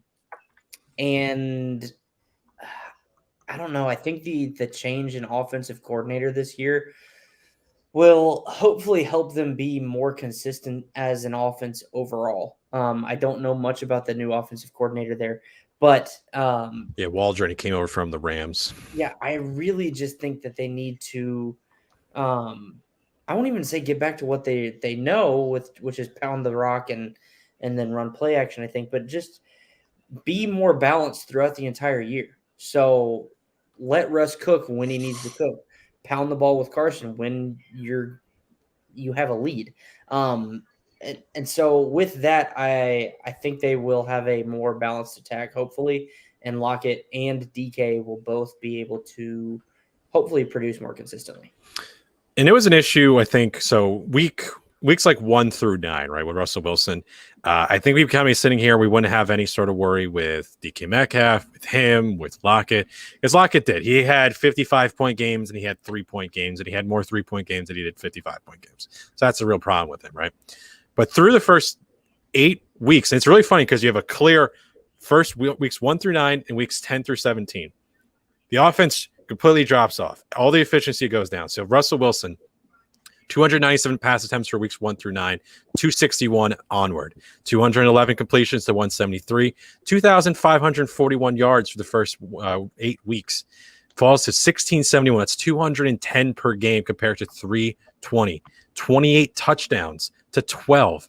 In terms of fantasy points, we're talking about 34 fantasy points per game through those first 8 to 20.3. You went going from being a guy who at one point we thought was going to set records in passing touchdowns and passing yards. He was looking like, okay, Russell Wilson is the MVP. We don't have to talk. We don't have to think about it. Cool. It's locked in. And then it's like, oh, hey, I think you should probably drop Russell Wilson in your fantasy leagues. That's kind of what it got to. And that's kind of gross. And I think it all kind of plays in together, right? They changed offensive coordinators. They changed the entire idea of what this offense could be because Pete Carroll's a terrible head coach. So they need someone who could probably he's terrible. He's so bad. The idea of the Seattle Seahawks for the last 8 years or so has been hike the ball to Russell Wilson, and he does some magic. The fact he doesn't have a single MVP vote is because Pete Carroll is a jackass. Craig. Matt, hold on. Craig, he's a jackass. So, Matt McCarthy, I could kiss you right now. Oh, okay, cool. It's the opposite. I'm a Notre Dame fan. Pete Carroll was the coach at USC there, and Reggie Bush illegally pushed Matt Leinart into the end zone in 2006. I absolutely love you for saying that Pete Carroll is a jackass. He is a jackass. How do you have Russell Wilson not have a single MVP vote in the career that he has had? He has been the dual threat. That was a tongue twister. That was a tongue twister. For the past, we're talking about Lamar Jackson. We're talking about Kyler Murray. Russell Wilson really set the fold. I mean, you have guys like, way back in terms of like Michael Vick and all that, but it's been Wilson for a little while here. And the fact that like even has the they have the Super Bowl victory. And it's like, come on, this is dumb. This has been really dumb. So Mr. Craig, what do you think about Tyler Lockett? What do you think about the Seahawks? Talk to me about a little this and that. Despite, the guy they drafted, I think it's Eskridge, and, there's a lot of Gerald Everett hype as a late tight end sleeper here. Lockett and Metcalf are the two main guys in an offense where Russ is still going to throw the ball. They're not going to be just a run-focused team. I don't think they're going to have that luxury in that division. And Lockett was still, even in those games later on that you were talking about, he was still getting targeted in most of them with what you would want to see. Yeah, those weird touchdown anomalies like my speaking tonight, where he's having 3, in like 3 different games, and then like 3 other games where he had 1 or something like that. That is just so hard to predict. We talk about touchdown variance going up and down season to season. I don't think you can assume that that's going to be the same case. But the targets, I think, are still going to be there in an offense that is going to throw the ball. And they probably are trying to look to do it just more consistently throughout, so they aren't just these huge swings week to week in what they're doing. So at his price point, yeah, I'm taking him. Evan, what do you think of that? At one point in the offseason, I called Russell Wilson the best pick you can make at quarterback in fantasy drafts. What do you think about Evan Ritter? What does Evan River think about Russell Wilson? Russell Wilson? Yeah. All right, okay. Russell Wilson is one of my favorite quarterbacks. Oh, and Lockett. Sorry, I forgot it was a question about Lockett, but both. Yeah. That's why I was a little confused. Russell Wilson's one of my favorite quarterbacks, hand down. As a person as well, like off the field, just all around. Love that dude. And I think he's, he's going after Prescott. In most drafts. he's the last one that if I am going to take a quarterback earlier than I would like to, he's the last one that I would consider. Yeah, pretty consistently the QB6 in terms of ranks and ADP. Right. It's usually like the first 5 guys: Mahomes, Prescott, Allen, Jackson, Murray in some case, and then a lot of people say Wilson's the next best guy. Exactly. So, yeah. That. So yeah, he's the last one that I would consider. As far as Lockett, I mean, talk about volatility. He is definitely a volatile receiver. I mean, last year, I think it was, I saw a stat earlier. Damn it. It was 37.5% of the time he finished with wide receiver 2 or better numbers. And I mean, more than half. So 48.7% was of his production last year came from just 3 games. So, he's going to have those large, those breakout games. But the weeks that he doesn't, it's just, it's like, those weeks you wouldn't even start him, honestly. So the volatility for me is the reason I'm out on Lockett, unless, he's your wide receiver, 3, then I would take him. But where he's going, I'm just out on him.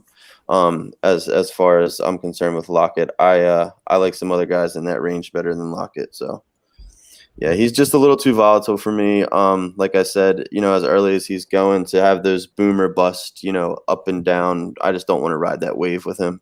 Yeah, that might actually been my tweet. So I actually made back on July 1st. Lockett had 9 games of less than 12 fantasy points last year in full PPR, and 46% of his points came in those 3 games.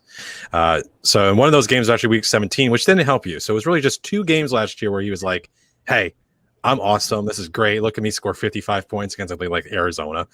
So I'm with you in a lot of regards. I do think there's a lot of upside with him to this offense completely collapsing at the second half of the year. But I want to hear more about it from Clayton. Clayton, what do you think about this whole situation? Pete Carroll down the bottom. That was funny. I like that. So yeah, so I feel like there's a conversation that happens every game where he's like, "Hey, come here, Tyler. You're my guy, man. Get out there and do it, right?" And then once Tyler's he turns to Russ and DK and he goes, "Hey, forget what I just told him.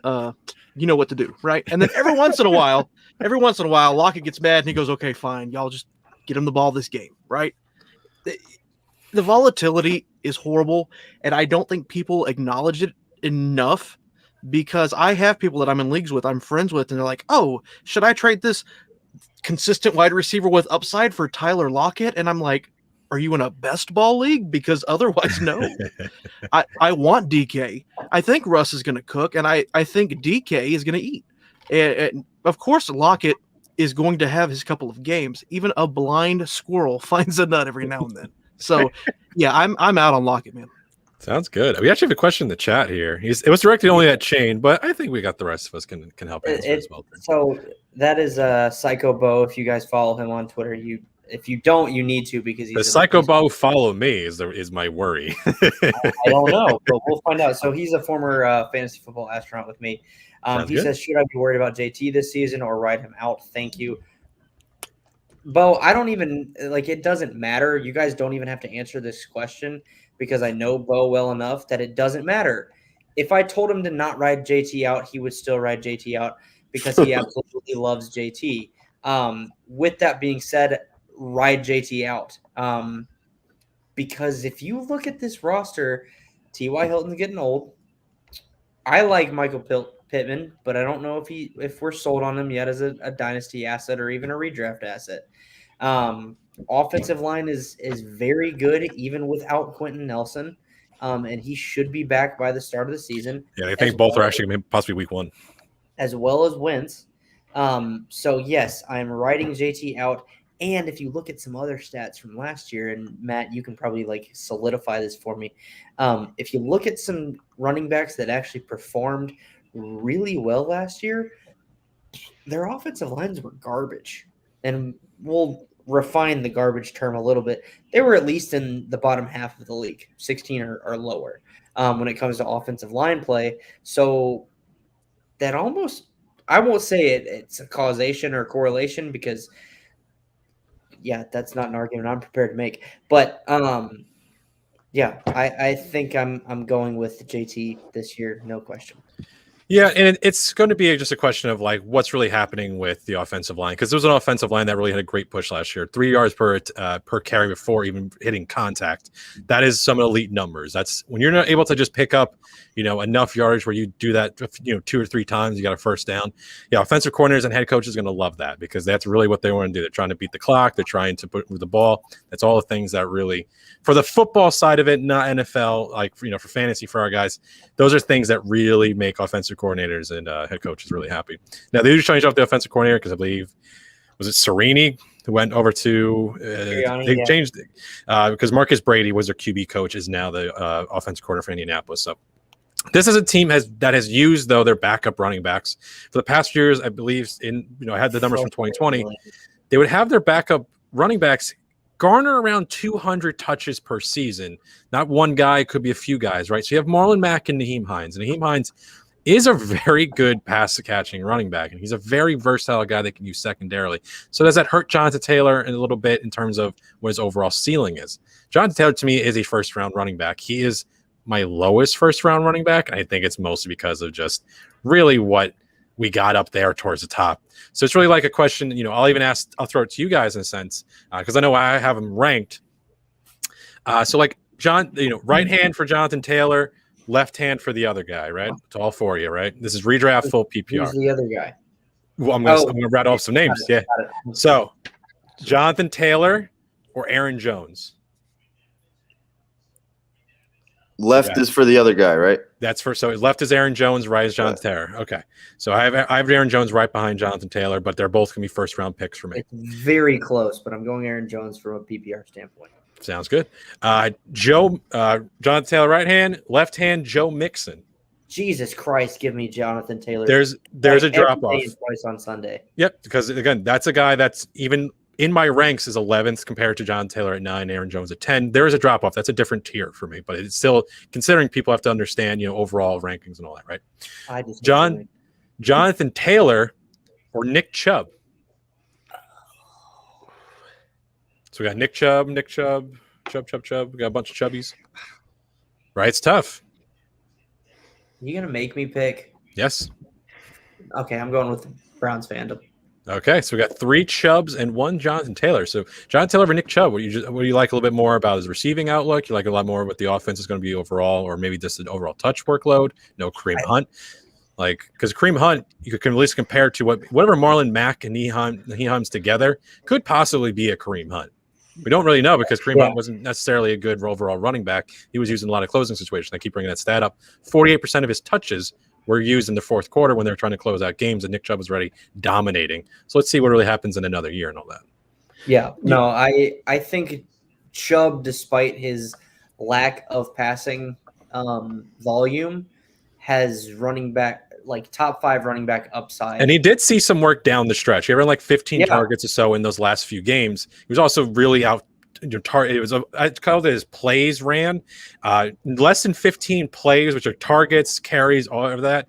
The last 5 games, Hunt failed to hit that mark in all of those games. So that's a big thing. They really started to move away from Hunt towards the end of the season after he couldn't get it done when he was the solo guy. So but you said Jonathan Taylor. I want to hear what you say about Jonathan Taylor over Chubb there. Okay. Let me ask y'all a question real quick. Okay. Question on top of question. You have Kareem Hunt, and I offer you Marlon Mack and Nyheim Hines for your Kareem Hunt. You going to make that trade? So here's the problem, right? So one is going to be a singular player compared to the multitude, right? So from an NFL standpoint, that's the thing, right? So last year, a good comparative to that would be Chase Edmonds versus the backup running backs over in Las Vegas, because they had the exact same amount of touches, which was 150, but those 150 touches were not created equally. So you had, the exact same amount of work kind of split between those guys, which also had Kyler Murray on top of it. Technically, Kenyon Drake last year, in terms of touches given to players that were not Kenyon Drake were rushing the ball, was Jonathan Taylor, 232, if you can combine Kyler Murray with Chase Edmonds. So for you in an overall what you're saying is you think Kareem Hunt over those guys. Kareem Hunt, if he had his own backfield, would be a great story. Kareem Hunt right now, it's operating really well in terms of what they want to do in terms of the overall play for Cleveland. But to your point, yes, I would take just specifically only for that. But to anyone else on to your question, like build on that. What else do you like about Taylor over Chubb? So when I look at this, and I'm thinking of this from a dynasty perspective, like Bo is down there, and redraft, I could probably go either way. But when I really think about it, man, I look at the offenses, and I know pretty much what the Browns are going to be. I know what the receiving core is going to look like. I have a good idea of everything. With Wentz coming in, with the lack of or I guess kind of hazy outlook on the wide receivers. Yeah, they're going to go to the tight end a lot, but I think Jonathan Taylor is just going to get more touches in general. I really do. So, I mean, give me the volume and the talent over just talent, and I think it's pretty obvious. Volume is never a bad thing. So right, and you have to understand that yes, Hines is going to get his passing work he did last season, but it didn't eat into Taylor's production at all. And I feel like Kareem Hunt at a certain point, depending on situation, could eat into Chubb's. So I think Taylor's safer. So I got two more for you guys. A little bit different player.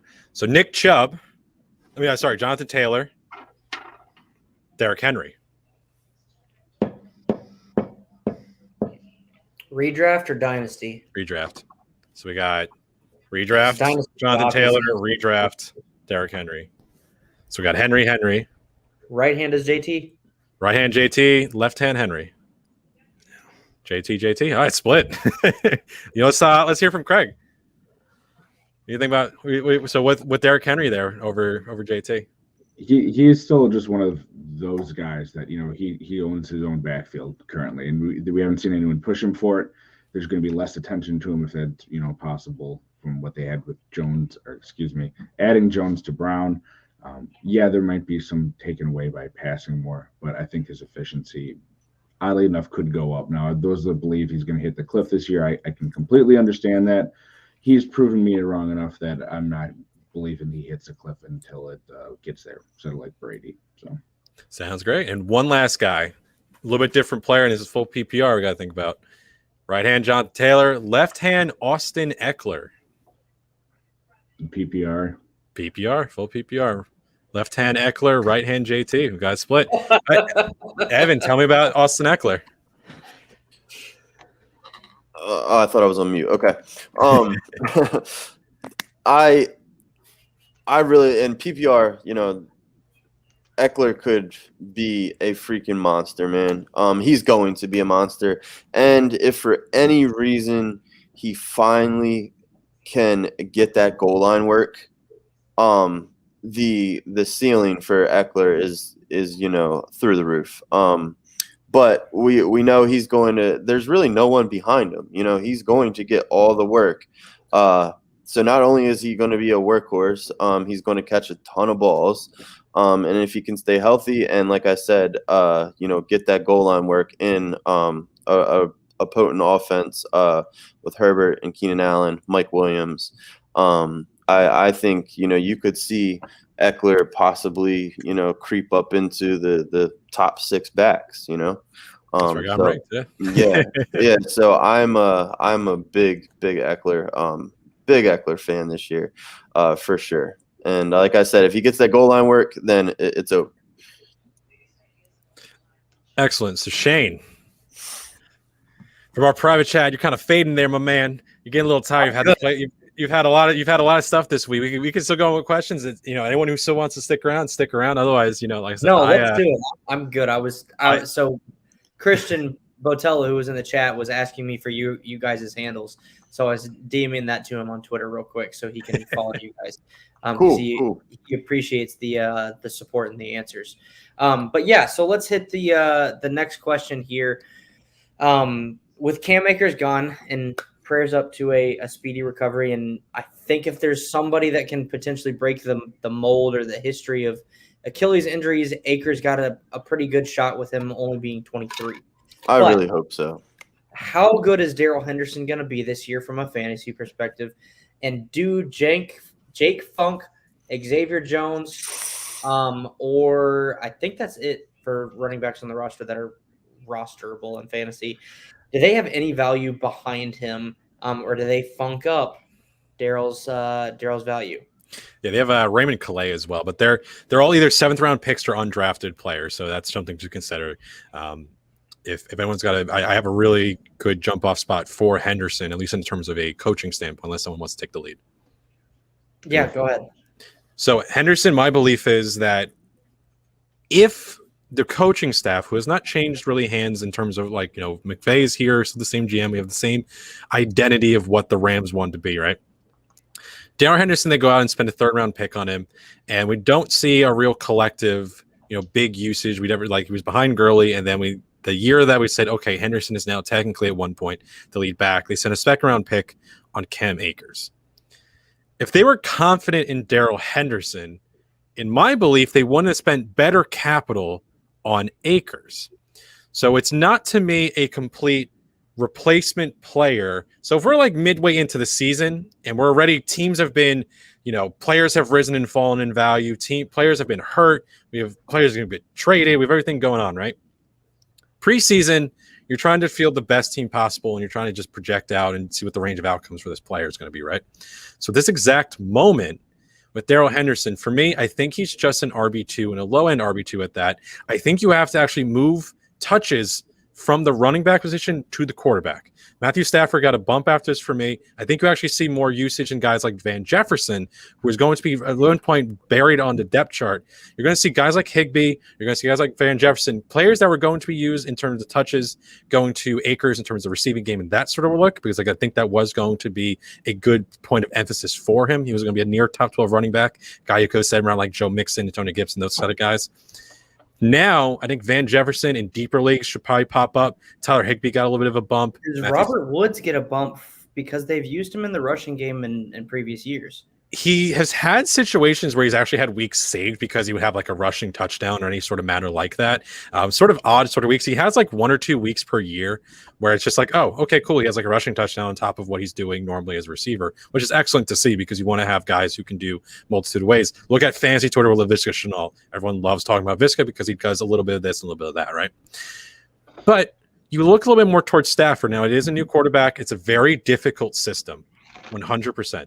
McVay runs a very tough offensive system.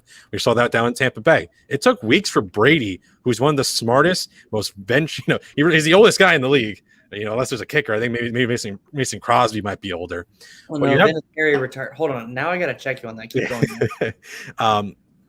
Having tough systems for a new quarterback in Stafford, who has been in Detroit his entire career. It's a little bit different story now. It's a real kind of question. How has this overall offense changed for a guy that they weren't really happy with? I really would have thought they brought someone in. They have not done so yet. So I guess they're a little better on what, Funk, Calais, and Xavier Jones is. So when we saw Xavier Jones, I believe Joel Segrist actually drafted him today in our fantasy football, draft from home. Maybe he's actually a little bit ahead of the curve, and we should probably be looking at least one of these guys, even in redraft, who currently really aren't being seen at all. But I hedge to you if any, Craig, Clayton, Shane, you have a. Hold on. Sure. Mason Crosby is 36 years old. Yo, what? He looks. He's the oldest 36-year-old I think I have ever seen. I'm 36. Oh no. He just, he graded really early. That's got to be it. Clayton, you look 20 years younger than Mason Crosby. Oh no. God almighty. That's crazy to me. We all didn't think that Shane was 25, but Mason Crosby I thought was like ARP kind of range. Yeah. Okay, so congrats to Tom Brady because he knows how to use Just for Men. So Mason Crosby does not. Kickers are different animals. That's all I can think. They don't have to have looks or anything. I mean, ask yes, Shane is 25. How is everyone? This is 26. Right? Not that it matters, but I'm 26. But I know it's shocking. It is shocking. Congratulations. Listen, I'm because here's the thing, right? Because I'm 27, decade but you older have than a you, wife Shane. and a kid, and you're doing much better at life than I am. That's really you have 2 kids. Okay. That's really you're just doing better than me in that department. That's why it was so shocking. But whoever wants to go next Are on. you talking about how Shane's 35 again? Goodbye, yeah. Evan.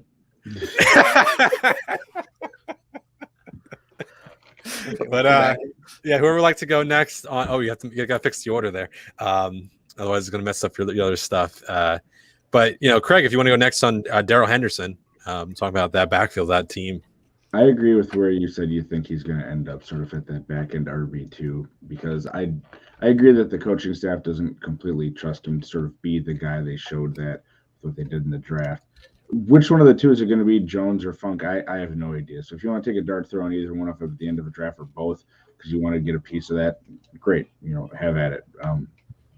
We're not going to know until we know it, whether it's by injury or someone actually showing up and performing. But I think if one of them does get more of the work, it probably is going to be more of that passing work that they're going to eat into Henderson, along with the other players that you said. Another one that came to mind is just Tutu Atwell. I mean, the guy that they took, I think he was their first draft pick. He's a guy that they could weighs more than Tutu Atwell. I have to imagine McVay is going to be using him if he drafted him there. He wasn't there, I don't think, for the Tavon Austin experiment. I think that was Fisher, wasn't it? I mean, I'm like 80 pounds heavier than that dude. I'm not he's like 165. That is svelte. I don't think he's that much. I think he's 145. That's a thin boy. Because here's the thing, Cordell Patterson, right? One issue I have with him is how tall he is. So it's if he's going to take hits constantly, that's why I don't think he's going to take a dramatic amount of work in terms of rushing over there in Atlanta. Same sort of situation if Tutu Atwell is used in different sort of ways. Maybe he hits on Van Jefferson, maybe he does this and that sort of situation. But I don't know if I want a guy like that size getting carries, outside like jet sweeps and this sort of gadget stuff, and maybe like some wide receiver screens, make him use his speed, make him use his in the passing game. That's so it's but I it's really, I think the passing focus now becomes greater. I think that was really the point I really wanted to hit on in terms of Henderson. I just don't think he has also the same receiving outlook and coach comfortability. I just don't think McVay would have gone out and got Akers. Again, I'm not a big dynasty guy. I don't really put too much emphasis onto draft capital, but any sort of talking point you can bring up in a murky situation, which I think this currently is, it needs to be kind of talked about in one way or another. But Evan, hit us up with Mr. Daryl Henderson. What do you think?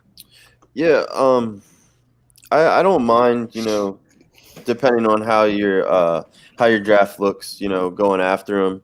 But to everyone's point, we know he, has a track record of not being the healthiest. And Sean McVay's come out and said that he wants him to be the guy, but he's even said, I don't know that, he can be the guy. He can be the guy. Yeah, I don't know that he can be a 3-down back. And he's just said only time will tell. We're going to give him that opportunity and we're going to see. But if you don't get Henderson in your drafts, it may not be a bad idea to take a flyer on Funk or Xavier Jones. Funk has had durability issues and as well. So. For me, it'd probably be Jones if I'm going to take a flyer on him. But it's just a murky situation. I think where Daryl Henderson's going, I think it's 45th overall, somewhere around there. I don't mind it, like I said, depending on how your draft's going. But I don't have huge expectations for him, and I don't know that he will be the 3-down back. And if he is, how long will he stay healthy? Yeah, so when I originally ranked Henderson, when the news came out, I put him at 17 ahead of Mike Davis because, again, I'm a Mike Davis guy, and I do like receiving work, and I think in full PPR, which is what I draft for, it's important. He's moved down to 23. He's one of the last guys I feel confident having as an RB2 at all, right next to Josh Jacobs. So, in that sort of range, Clayton, what are you really thinking about? Like, you have particular ranks on Henderson? Where is he, coming for you? What's your comfortability on him? I'm one of those rare guys in the space, I guess. I don't have my own ranks. I have my own ideas, and I compare players back and forth. Yeah, it's all up there, man. That's where mine were until this year. if I write them down, other people can take them from me, and I won't have that. No, unfortunately, you don't have public ranks that you had as a pinned tweet for like weeks, and then make a whole bunch of joke that greater than like I did this whole thing, and then it broke Twitter. So that was brilliant. That scares people. I don't know, man. When I look at this backfield, I look at Daryl Henderson, and I look at the fact that they went and got Matthew Stafford, and Matthew Stafford is a guy, and this stat might blow your mind, but in 166 games, do you know how many times he had a 100-yard rusher? Oh, was it like in a single game? Was it 0? Like they just never had one? How many games out of 166 that he has played has he had a 100-yard rusher? 12. 11. Oh, 11 out of 166. Because they haven't had a 1,000-yard rusher, right? Was that the thing? They haven't had a 1,000-yard rusher in like a decade, right? So he's been the engine of that Lions offense, right? So they want to take that pressure off him now that he's in a different situation. They want to be able to set up the play action. They want to keep Daryl Henderson healthy throughout the preseason. They've come out. They said that he's their guy. Yeah, he's not even playing at all. Right, because they want him to be healthy going into the season. Yeah, they need him to him take on ice, like on bubble wrap, like. I don't mind a flyer on Funk. I think Xavier Jones is going to carve out a role in that offense regardless. And then it's funny because you compare a situation like this where it could be back and forth, but when you look at what's coming out of camp, when you look at what the staff is saying, it's basically saying Henderson's the guy. And then you look at a guy we were just talking about, Austin Eckler and the Chargers. And I think it was just yesterday, the coaching staff comes out and says, hey, we're running a committee, it's going to take some touches away from him. Where do you go from there? I mean, do you buy in? Do you not? I think Shane's having a stroke. He's smelling bacon somewhere. He doesn't know where it is. They say if you smell toast, you don't know where it's coming from. You are actually having a stroke. That is a medical fact. So just letting you know that. But you know what I think that happens? The preseason, a lot of games don't matter. We don't really want to take too much credit on it. Mm-hmm. The Rams, I don't believe, have played yet. Everyone fix me on that if that has occurred. No, they haven't. That is a backfield we have to watch. I think that actually does have fantasy implications for it. Even early on in the regular season, maybe they kind of limit Henderson a little bit just to see, do the other guys have any juice in them? And if they don't, maybe then we see Henderson ramp up, and maybe it's a guy you even target in trades and all that. Because that is a path where it's like, all right, we need to have him on, just sit there and bubble wrap for the first few weeks because, why? We just had a guy go down. Let's see what we got.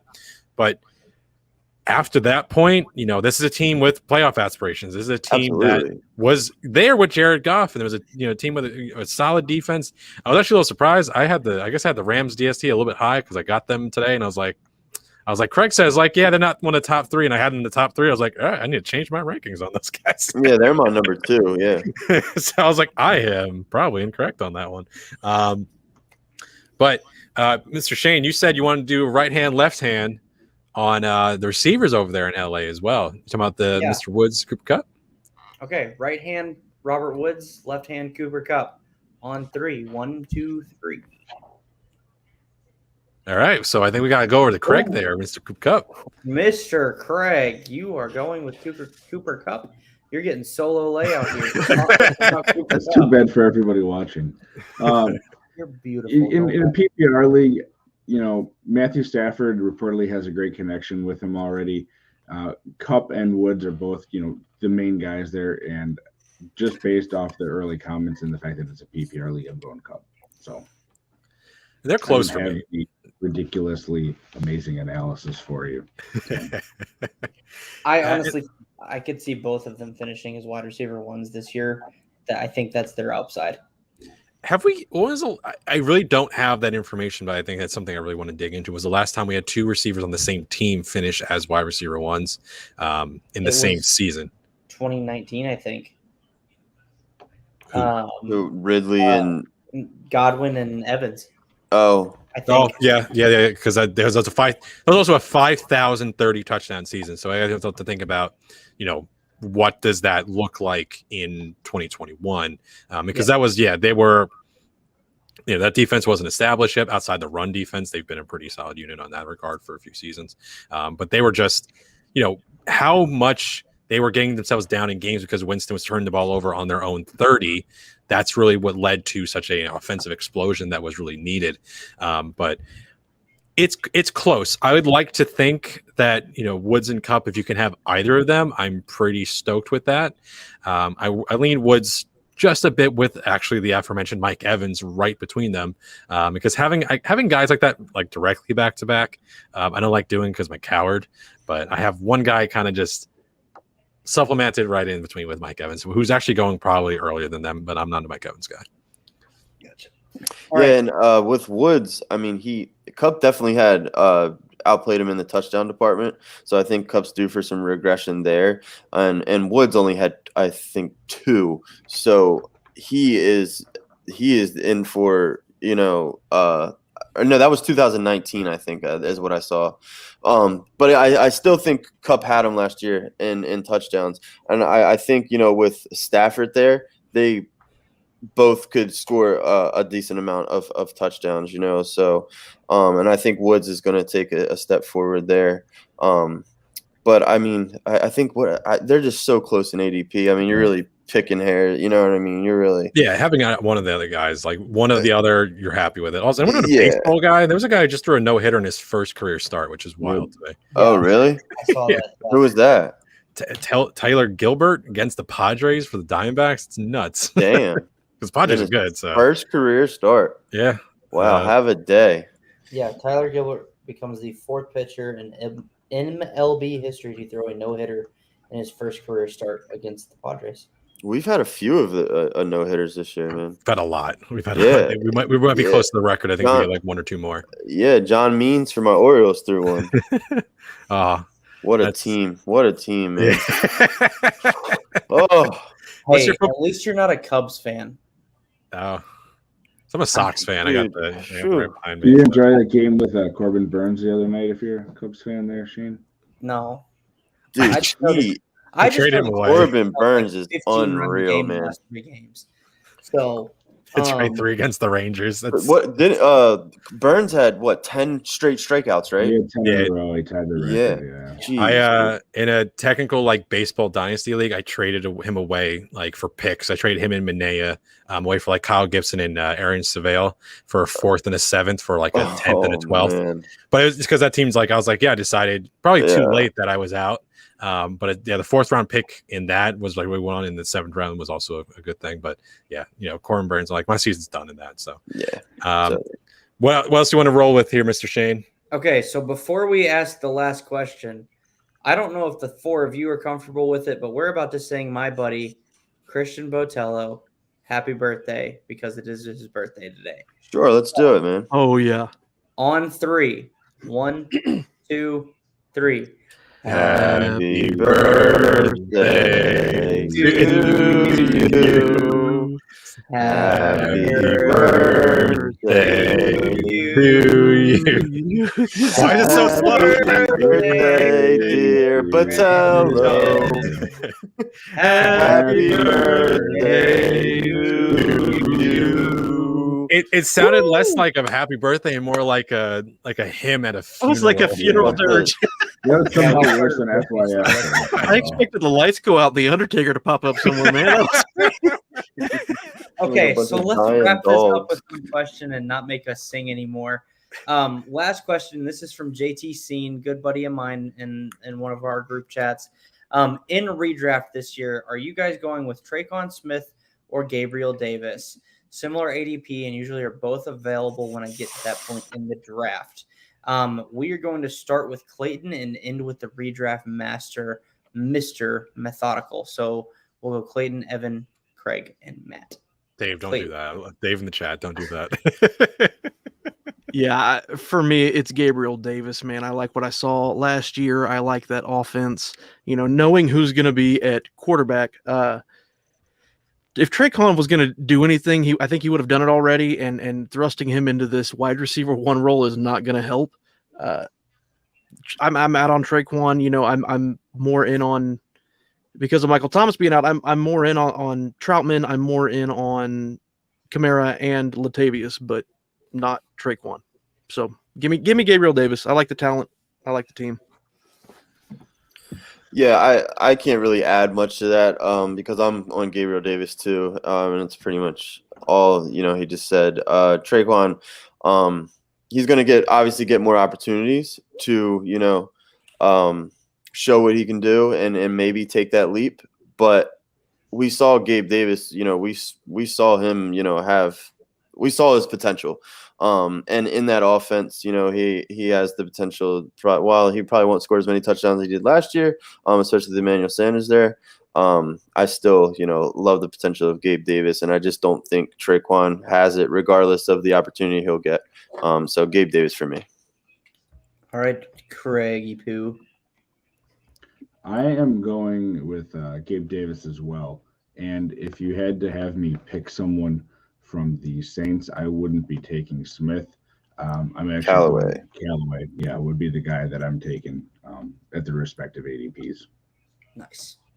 All right, redraft master Matt, hit me. So the real problem here is that one is actually going to be a player you can actually play in starting lineups starting in week 1, and one is not. So Traquan Smith with this offense is going to be, at least in the very much, I think he's going to be underdrafted coming out of draft season. I'm not very high on him. I put in the chat, I have him wide receiver 55 compared to Gabriel Davis at 58. So it's really not too much of me saying I'm leaning one way or the other. But with Traquan Smith, you do have for at least 5-6 weeks possibly a player who's going to see, just again, in terms of volume, which you chase, and targets. I said this a lot for Adam Troutman, but really with the New Orleans Saints, it feels a lot like Washington last season. They are desperate for production. You have Alvin Kamara, and then it's kind of who else is going to be there. Traquan Smith hasn't been able to break out for 3 years, and Marquez Callaway only played more than 30 snaps in 3 games last year, which were in situations that Michael Thomas or Emmanuel Sanders was out, and they needed bodies just to fill in. This is late in the season and in very sporadic games. Otherwise, he was not really involved at all in this offense. But to people's point, they prefer Marquez Callaway because they don't know just yet exactly what the player is going to be, compared to Traquan Smith, who to this point has just been disappointing. Now, Gabriel Davis currently is listed behind Cole Beasley to decide not to retire from football, and Emmanuel Sanders, who's one of the oldest receivers in the league. So at the beginning part of the year, you're probably going to sit on Gabriel Davis for 1, 2, 3, 4, 5, 6, 7. We don't know how many weeks it's going to be, but I think you need to sit on him and draft him with him at the idea of him purely being a stash candidate. And I'm currently not really drafting Davis or Traquan Smith because receiver I've really been prioritizing earlier in my drafts and not going with receiver late, which both these guys are going to really fall into.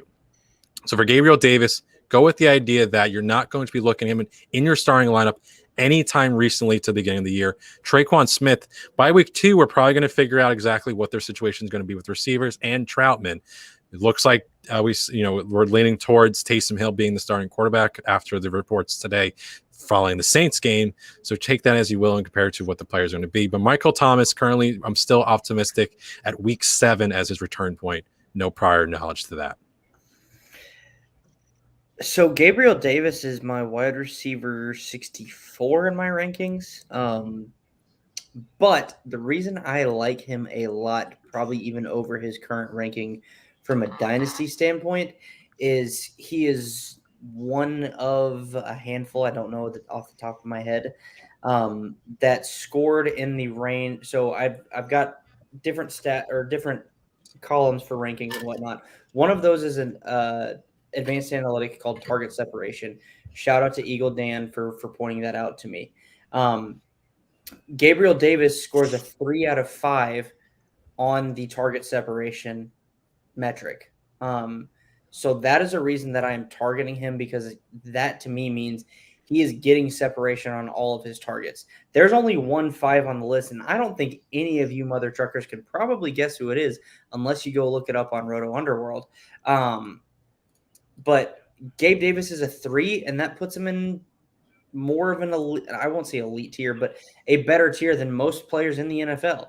So I'm going to take a hot guess on it. Hit me. Is it Deebo Samuel? Because most of his targets were behind the offensive line. He had -7 air yards last year. That's why I figured on it. It's not, but it's almost a similar type player. LaVisca? Nope. LaVisca's a kind of gadgety sort of. But you're getting warmer because it was also a rookie. So this will be your last guess.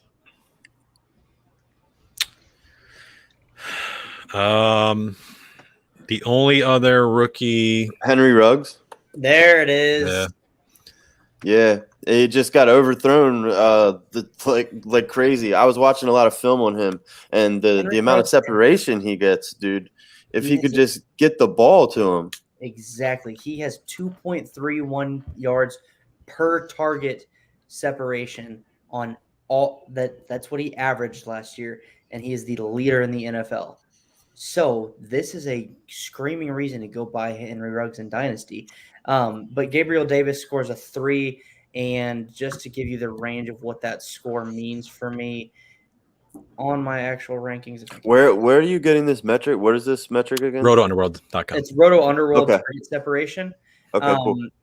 So a 3 is 2.1 yards or 1.82 yards to 2.1 yards, and Davis scored a 3.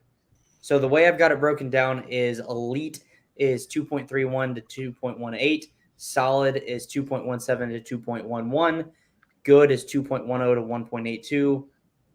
1.82, poor is 1.81 to 1.5, and then anything below 1.49 is a 1, considered awful. So Gabe Davis is right there in the middle at 3, and I don't remember what his is, but he's getting somewhere between 1.82 yards per target and 2.1 yards per target from a separation standpoint. Is there like a notable player in that very like one star that you know off the top of your head, like notable player who's getting not a lot of separation that like might be good for people to know? Like if it's too hard to dig through. AJ Brown. Okay. AJ Brown got a 1. Justin Jefferson and DK Metcalf and Stephon Diggs were actually all 2s, which is I think I might need to tweak the ranges because I think I actually only have 1 5, and that is Henry Ruggs. But AJ Brown's just so big, he just boxes the defender out and just snags everything. Because like a guy like Julio Jones, who AJ Brown kind of mimics in some ways in terms of his overall play style, doesn't get very good separation, but he wins contested balls quite often. So it's a little bit different metric, but it's very curious to see because Ruggs, their whole big thing with him is they're targeting between, if they don't have safety coverage, his whole deal is just running downfield really, really fast. And if he beats his corner, unless the coverage is there, it's just a totally beat man. I'm surprised Diggs, because Diggs is such a precise route runner, man. He's such a good route runner. But he's something interesting. Sure. Julio is also actually a 3 on this list. All right.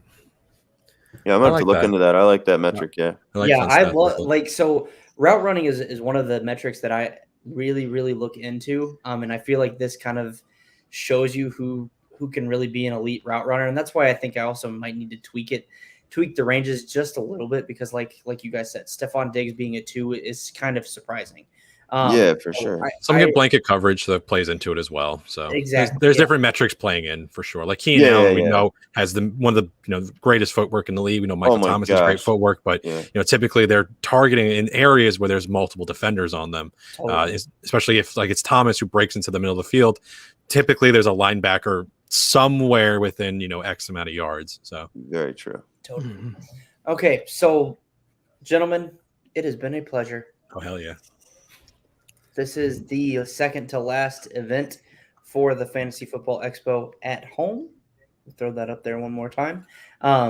Tomorrow we're doing a wrap-up show from 1 o'clock to 3 o'clock Eastern. That will be myself, Fantasy Coach JB, joining us for the first time. Evan will be joining us again. And then Craig and possibly Matt are joining us as well. And then I may have a surprise guest for you guys as well.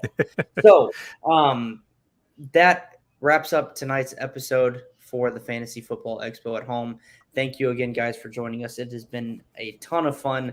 I will throw up the ticker one more time. Do make sure that you subscribe to my podcast, The Fantasy Nightcap, and our collective YouTube page for more content like this. And if you guys want any more birthday songs, just, call us up. And just run through your sites real quick. Thanks a lot, Dave. Gridiron Ratings and Fantasy Pros Expert. Craig, go next. Yeah, you can find me over at rotoheat.com. It's mainly just IDP stuff. And I'm on Getting Defensive, which is through Gridiron Ratings on Tuesday nights. Boom. Evan. Over at Going for Two, all season long, all your betting advice, DFS, and season long. And Clayton. You can find me at The Pick Is In on FFP on Twitter, Fantasy Football Podcast. You can find me by old episodes of Faces of Fantasy and hopefully some new ones here pretty quick. Wrestling Mat Podcast. I am, as always, Audible Barbecue Sauce, and you can find me also at number 66 on the nifty 91 as of That's today. right. That is today. 100%. Love it. Love it.